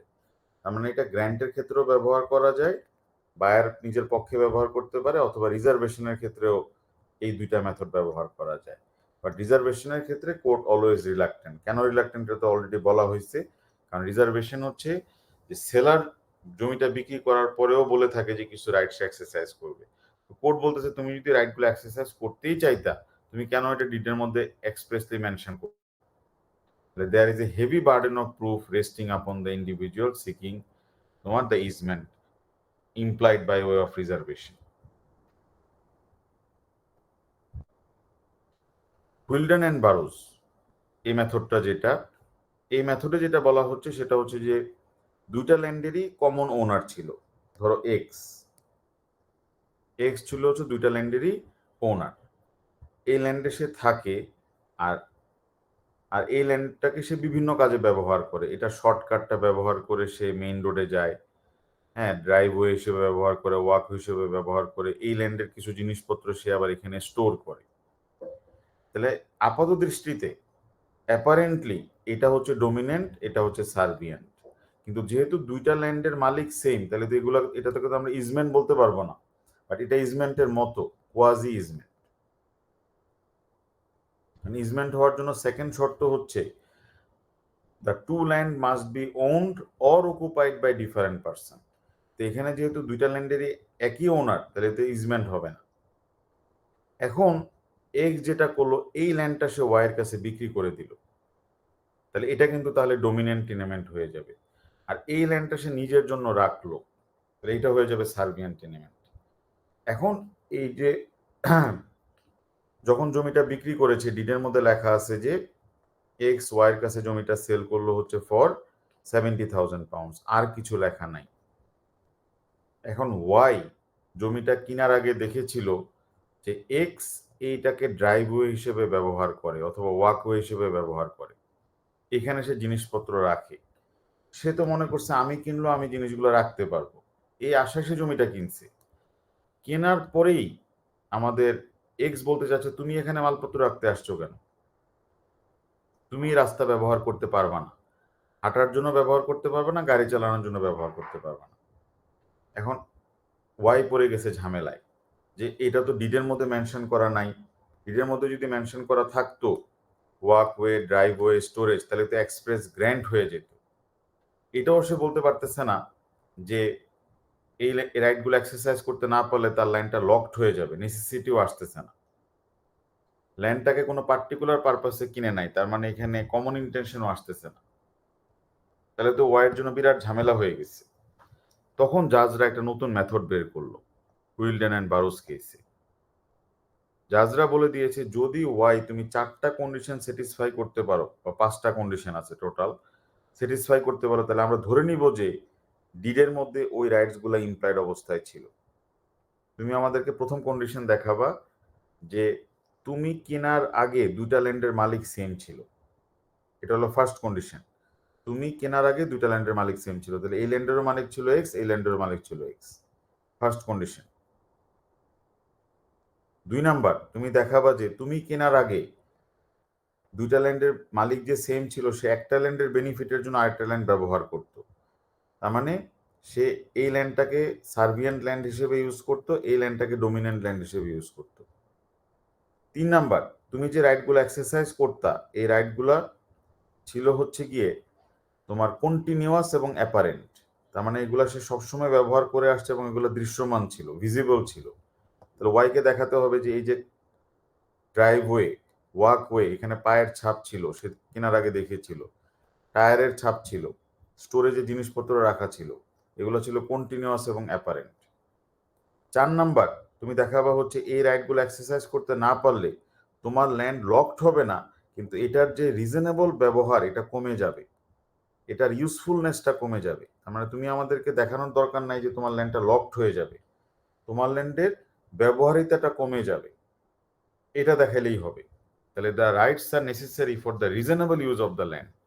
আর 5 নাম্বার, ডিডের মধ্যে কোথাও হুইলডেনের মাধ্যমে তুমি একুয়ার করতে পারবা না, এটা বলা নাই। যদি ডিডের মধ্যে এক্সক্লুশন ক্লজ থাকে যে এখানে হুইলডেন ভার্সেস বারোজ আর্গিউ করতে পারবা না, তাহলে আমরা ধরে নিব যে ভাই তুমি এটা ইকুয়ার করতে পারবা না, কারণ ডিডের মধ্যে তো লেখা ছিল যে in this deed Wheeldon and Burrows will not apply, it was excluded. তাহলে 5টা শর্ত পূরণ করতে পারলে আমরা ধরে নিব যে তোমার এই 3টা রাইট ডিডের মধ্যে ইমপ্লয়েড অবস্থায় ছিল। তাহলে প্রথম শর্ত হচ্ছে there must be common ownership, কেসের নাম হচ্ছে কেন্টেন কাভানাক। সেকেন্ড হচ্ছে যে রাইটগুলো এক্সারসাইজ করতো সেটা ছিল কন্টিনিউয়াস ব্যাপার, এগুলা দৃশ্যমান ছিল এবং চলমান ছিল, কন্টিনিউয়াস ছিল, কোনো টাইম গ্যাপ হয়নি।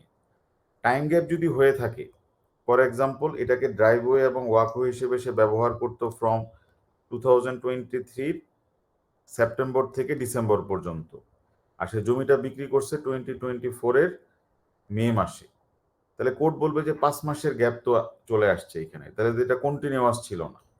কিন্তু আমরা দেখি যে কোর্ট 9 মাস পর্যন্ত গ্যাপ অ্যালাউ করে, 9 মাসের উপরে গ্যাপ হয়ে গেলে আর অ্যালাউ করবে না। ঠিক আছে, যে এখানে কোর্ট আমরা দেখেছি যে কয়েকটা কেসে যে তোমার এই 10 মাস পর্যন্ত অ্যালাউ করছিল, একটা কেসে কনস্টিগ্লিও কেসে 10 মাস পর্যন্ত অ্যালাউ করেছিল। তার মানে এখন যদি 11 মাস হয়ে যায়, তার মানে ধরো যে লাস্ট রাইটটা এক্সারসাইজ করছিল হচ্ছে তোমার জানুয়ারি 2023, তারপরে আর ওয়াকওয়ে ড্রাইভওয়ে হিসেবে জমিটা ব্যবহারই করেনি, তাহলে এখানে গ্যাপ হয়ে যাচ্ছে হচ্ছে তোমার প্রায় 16 মাসের গ্যাপ। কোর্ট বলবে যে না, এটা তো হবে না। ঠিক আছে, 10 মাস পর্যন্ত গ্যাপটা অ্যালাউ করবে। তাহলে প্রথম কন্ডিশন হচ্ছে দুইটা ল্যান্ডের ওনার এবং অকুপায়ার সেম ছিল, এবং যে রাইটগুলো এক্সারসাইজ করতো আগের ওনার, সেই রাইটগুলো ছিল কন্টিনিউয়াস এবং অ্যাপারেন্ট। কন্টিনিউয়াস মানে হচ্ছে সবসময় ব্যবহার করতো, কোনো টাইম গ্যাপ হয় নাই, আর ম্যাক্সিমাম টাইম গ্যাপ অ্যালাউড হচ্ছে গিয়ে 10 মান্থস। আর অ্যাপারেন্ট বলতে বোঝাচ্ছে এটা ভিজিবল হতে হবে, তার মানে ওয়াকওয়ে যদি করে থাকে,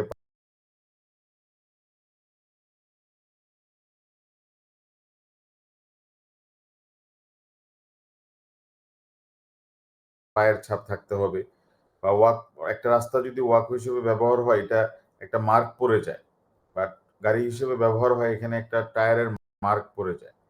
হ্যাঁ, ড্রেনেজ হিসেবে ব্যবহার করা, ড্রেন তো দেখাই যাবে, তার যদি নিয়ে যায় তার তো দেখাই যাবে, এখানে মানে কেবল দেখা যাবে। আর এটা দেখানোর প্রয়োজন নাই যে এই রাইটটা এক্সারসাইজ করতে না পারলে আমার ল্যান্ডটা লকড হয়ে যাবে, শুধু এটা দেখালেই চলবে যে রাইট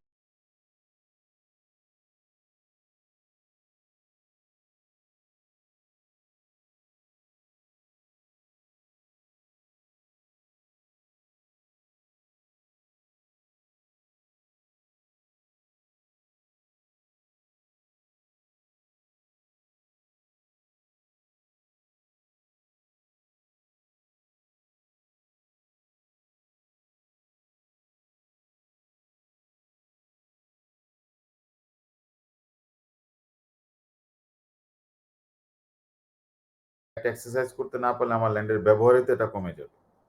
হুইলার অ্যান্ড সন্ডার্স অথবা গোলবার্গ অ্যান্ড এডওয়ার্ডস কেস, এটার ফার্দার একটা এক্সপ্লানেশন আছে, এক্সট্রা এক্সপ্লানেশন, যে যদি আমাদের সার্ভেন্ট ওনার আবার দেখাতে পারে যে না, তোমার তো ল্যান্ডের ইউজফুলনেস কমবে না, ব্যবহারিতা কমবে না, তাহলে তো এটা অসুবিধা নাই, তাহলে তো এটা কোর্ট বলবে যে না, হুইলডেন ভার্সেস বারোজ এখানে অ্যাপ্লাই করবে না। মানে সবগুলা কন্ডিশন স্যাটিসফাই করতে হবে, 1, 2, 3, 4, 5,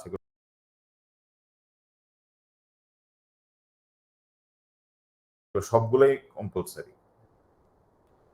The right must be used by the owner for the benefit of the piece of land that is become the dominant immediately before grant, ওই যেটা আমরা বললাম যে টাইম গ্যাপ থাকতে পারবে না, আর টাইম গ্যাপ হচ্ছে ম্যাক্সিমাম 10 মান্থস অ্যালাউড, আর there must not be any contrary intention, contrary intention থাকতে পারবে না। মানে যদি এক্সক্লুড করা থাকে তাহলে তো এখানে অ্যাপ্লাই করবে না, এক্সক্লুড করা থাকলে বরম্যান এন্ড গ্রিফিথ। এই হচ্ছে 5টা শর্ত যেগুলো পূরণ করতে হবে হচ্ছে ডোমিনেন্ট ইন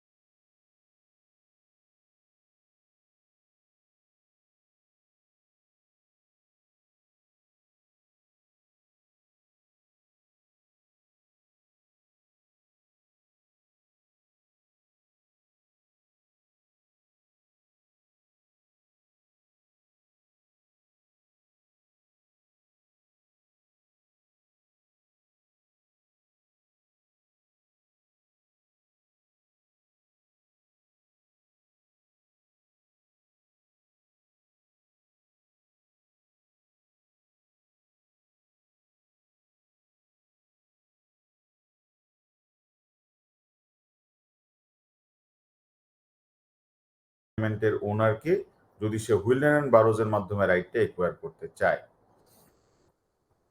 তাহলে হুইলডেন অ্যান্ড বারোজ অ্যাপ্লাই করবে যখন দুইটা ল্যান্ড কমন ওনারশিপে থাকে।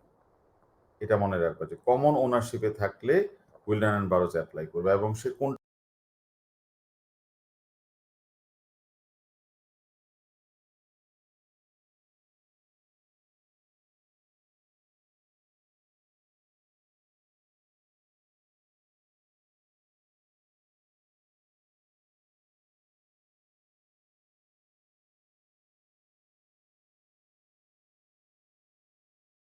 বিক্রি করে দিয়েছে, কমন ওনারশিপে ছিল এবং ডোমিনেন্ট টিনেমেন্ট সোল্ড, ডোমিনেন্ট ল্যান্ডটা সে বিক্রি করে দিয়েছে, তখন এখানে আসবে হুইলডেন অ্যান্ড বারোজ।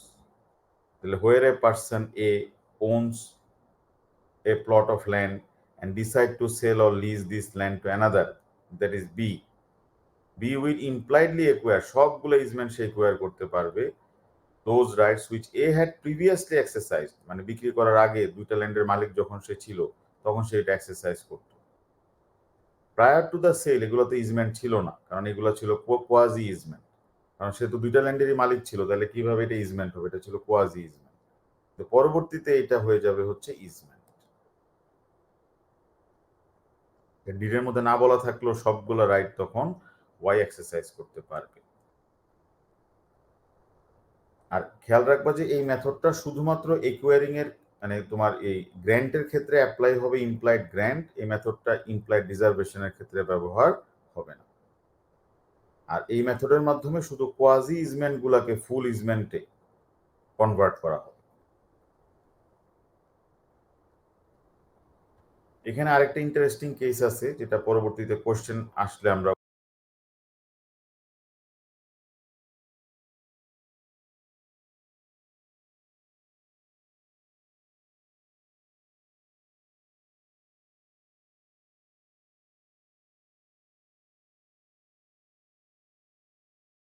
ওইটা আলোচনা করলে ভালো হবে। লাস্ট মেথডটা আমরা দেখে ফেলি, সেটা হচ্ছে সেকশন 62। এটা দেখলেই মোটামুটি আমাদের চ্যাপ্টারটা ইয়ে হয়ে যাবে, এস এর পার্টটা আমাদের ডান হয়ে যাবে। সেকশন 62 যেটা বলতে চাচ্ছে এখানের মধ্যে, সেকশন 62 অ্যাপ্লাই করার জন্য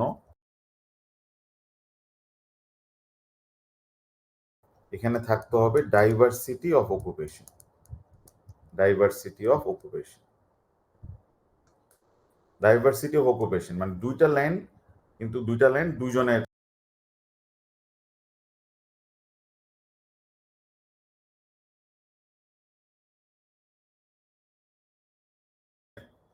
হচ্ছে অকুপায়ার, মালিক একজন বাট অকুপায়ার দুই।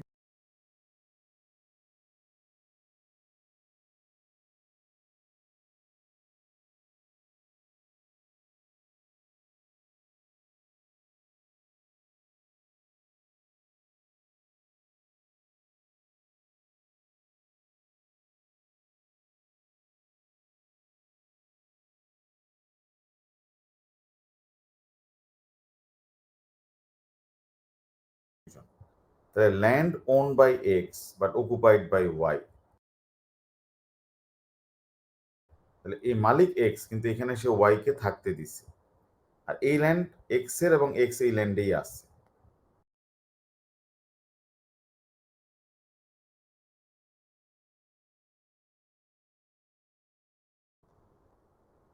তাহলে দুইটা ল্যান্ডের মালিকই হচ্ছে এক্স। এক্স যেটা করলো, চিন্তা ভাবনা করতেছে যে আমি ওয়াই কে জমিটা বিক্রি করে দিব,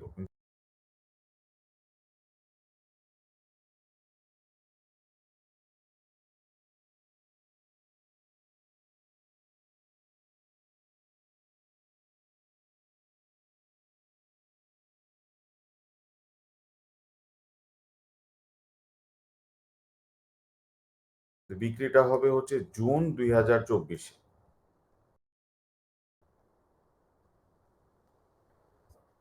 এখন এক্স যেটা করছে, ওয়াই কে বলে দিল ঠিক আছে তাহলে তুমি জানুয়ারি থেকে এখানে থাকা শুরু করে দাও। তাহলে জানুয়ারি থেকে যখন তাকে সে থাকতে দিছে ওয়াই কে, তাহলে ওয়াই এখানে হয়ে গেছে হচ্ছে লাইসেন্স সি, ওয়াই এখানে হয়ে গেছে হচ্ছে লাইসেন্স সি। আর সে তো এটা কিনবে জুন মাসে, জুন মাসে হবে হচ্ছে ল্যান্ডের কনভেয়েন্স। ল্যান্ডের ট্রান্সফার। হ্যাঁ, ল্যান্ডের ট্রান্সফারটা হবে কবে? জুনে। তাকে তো দিয়েছে লাইসেন্স, থাকতে দিছে। থাকতে দেওয়ার পরে তাকে বলতেছে যে তুমি কিন্তু এই রাস্তাটা ব্যবহার করতে পারবা, ওয়াকওয়ে হিসেবে ব্যবহার করতে পারবা, ড্রাইভওয়ে হিসেবে ব্যবহার করতে পারবা, এখানে কোনো জিনিস স্টোর করতে পারবা। তাহলে যেহেতু তাকেই দিছে লাইসেন্স, তার মানে এই রাইডগুলো ওয়াকওয়ে, ড্রাইভওয়ে, এগুলোও তো লাইসেন্সই, এগুলোও তো লাইসেন্স, ঠিক না? মানে এটা যেহেতু থাকতে দেওয়াটাই লাইসেন্স, তার মানে এই রাইডগুলো হবে হচ্ছে লাইসেন্স। তাহলে দুইটা ল্যান্ডের কিন্তু ডাইভার্সিটি আছে অফ অকুপেশন। দুইটা ল্যান্ডের মালিক সেম, বাট অকুপেশন আলাদা, মানে পজিশন আলাদা। এখন এক্স জুন মাসে এই জমিটা বিক্রি করলো, ডিডের মাধ্যমে বিক্রি করলো। এটাকে বলা হবে কনভেয়েন্স অফ দ্য ল্যান্ড বা ট্রান্সফার অফ দ্য ল্যান্ড। কনভেয়েন্স বলতে বোঝায় যে হয় ফ্রি হোল্ড বিক্রি করতে হবে, অথবা লিজ হোল্ড বিক্রি করতে হবে, অথবা লিজ রিনিউ করতে হবে। লিজ অথবা লিজ রিনিউ। লিজ রিনিউ করলেও এটাকে বলা হবে কনভেয়েন্স, আর জমি বিক্রি করলে এটাকে বলা হবে কনভেয়েন্স। এছাড়া কনভেয়েন্স হবে না। এগ্রিমেন্ট টু সেল এটা কনভেয়েন্স না।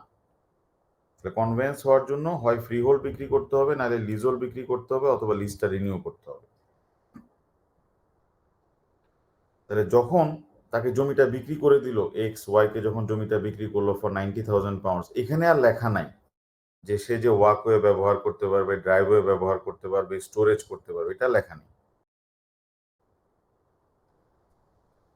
ঠিক আছে? এগুলা লেখা নেই।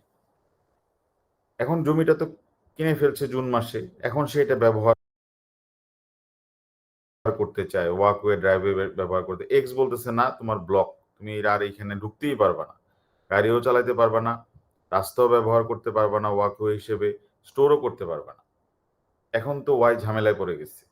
ডিডের মধ্যে যদি লেখা থাকতো, সে বলতো হচ্ছে এক্সপ্রেস গ্র্যান্ট। এক্সপ্রেস গ্র্যান্ট তো এখানে হয় নাই, স্ট্যাচুট এখানে অ্যাপ্লাই করে না, প্রেসক্রিপশন এখানে অ্যাপ্লাই করে না।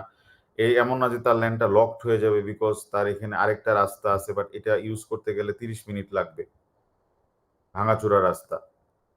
তাহলে না বলতে পারতেছে নেসেসিটি, না বলতে পারতেছে কমন ইন্টেনশন। আর হুইলডেন ভার্সেস বারোস তো এখানে অ্যাপ্লাই হবে না। হুইলডেন ভার্সেস বারোস তো অ্যাপ্লাই হবে যে দুইটা ল্যান্ডের মালিক সেম, দুইটা ল্যান্ড একই লোক একটা ল্যান্ডকে ব্যবহার করতো ডমিনেন্ট হিসেবে, আরেকটা ব্যবহার করতো সার্ভিয়েন্ট হিসেবে। তো এটা তো এমন ছিল না, এটা তো দুইটা ল্যান্ডের অকুপায়ার আলাদা।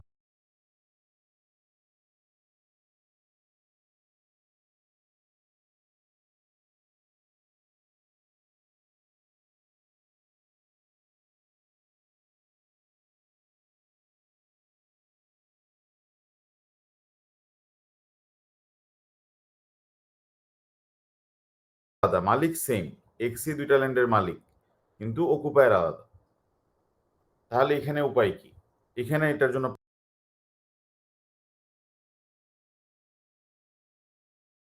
পার্লামেন্টে আইন করে দিয়েছে, সেকশন 62। পার্লামেন্ট বলে দিয়েছে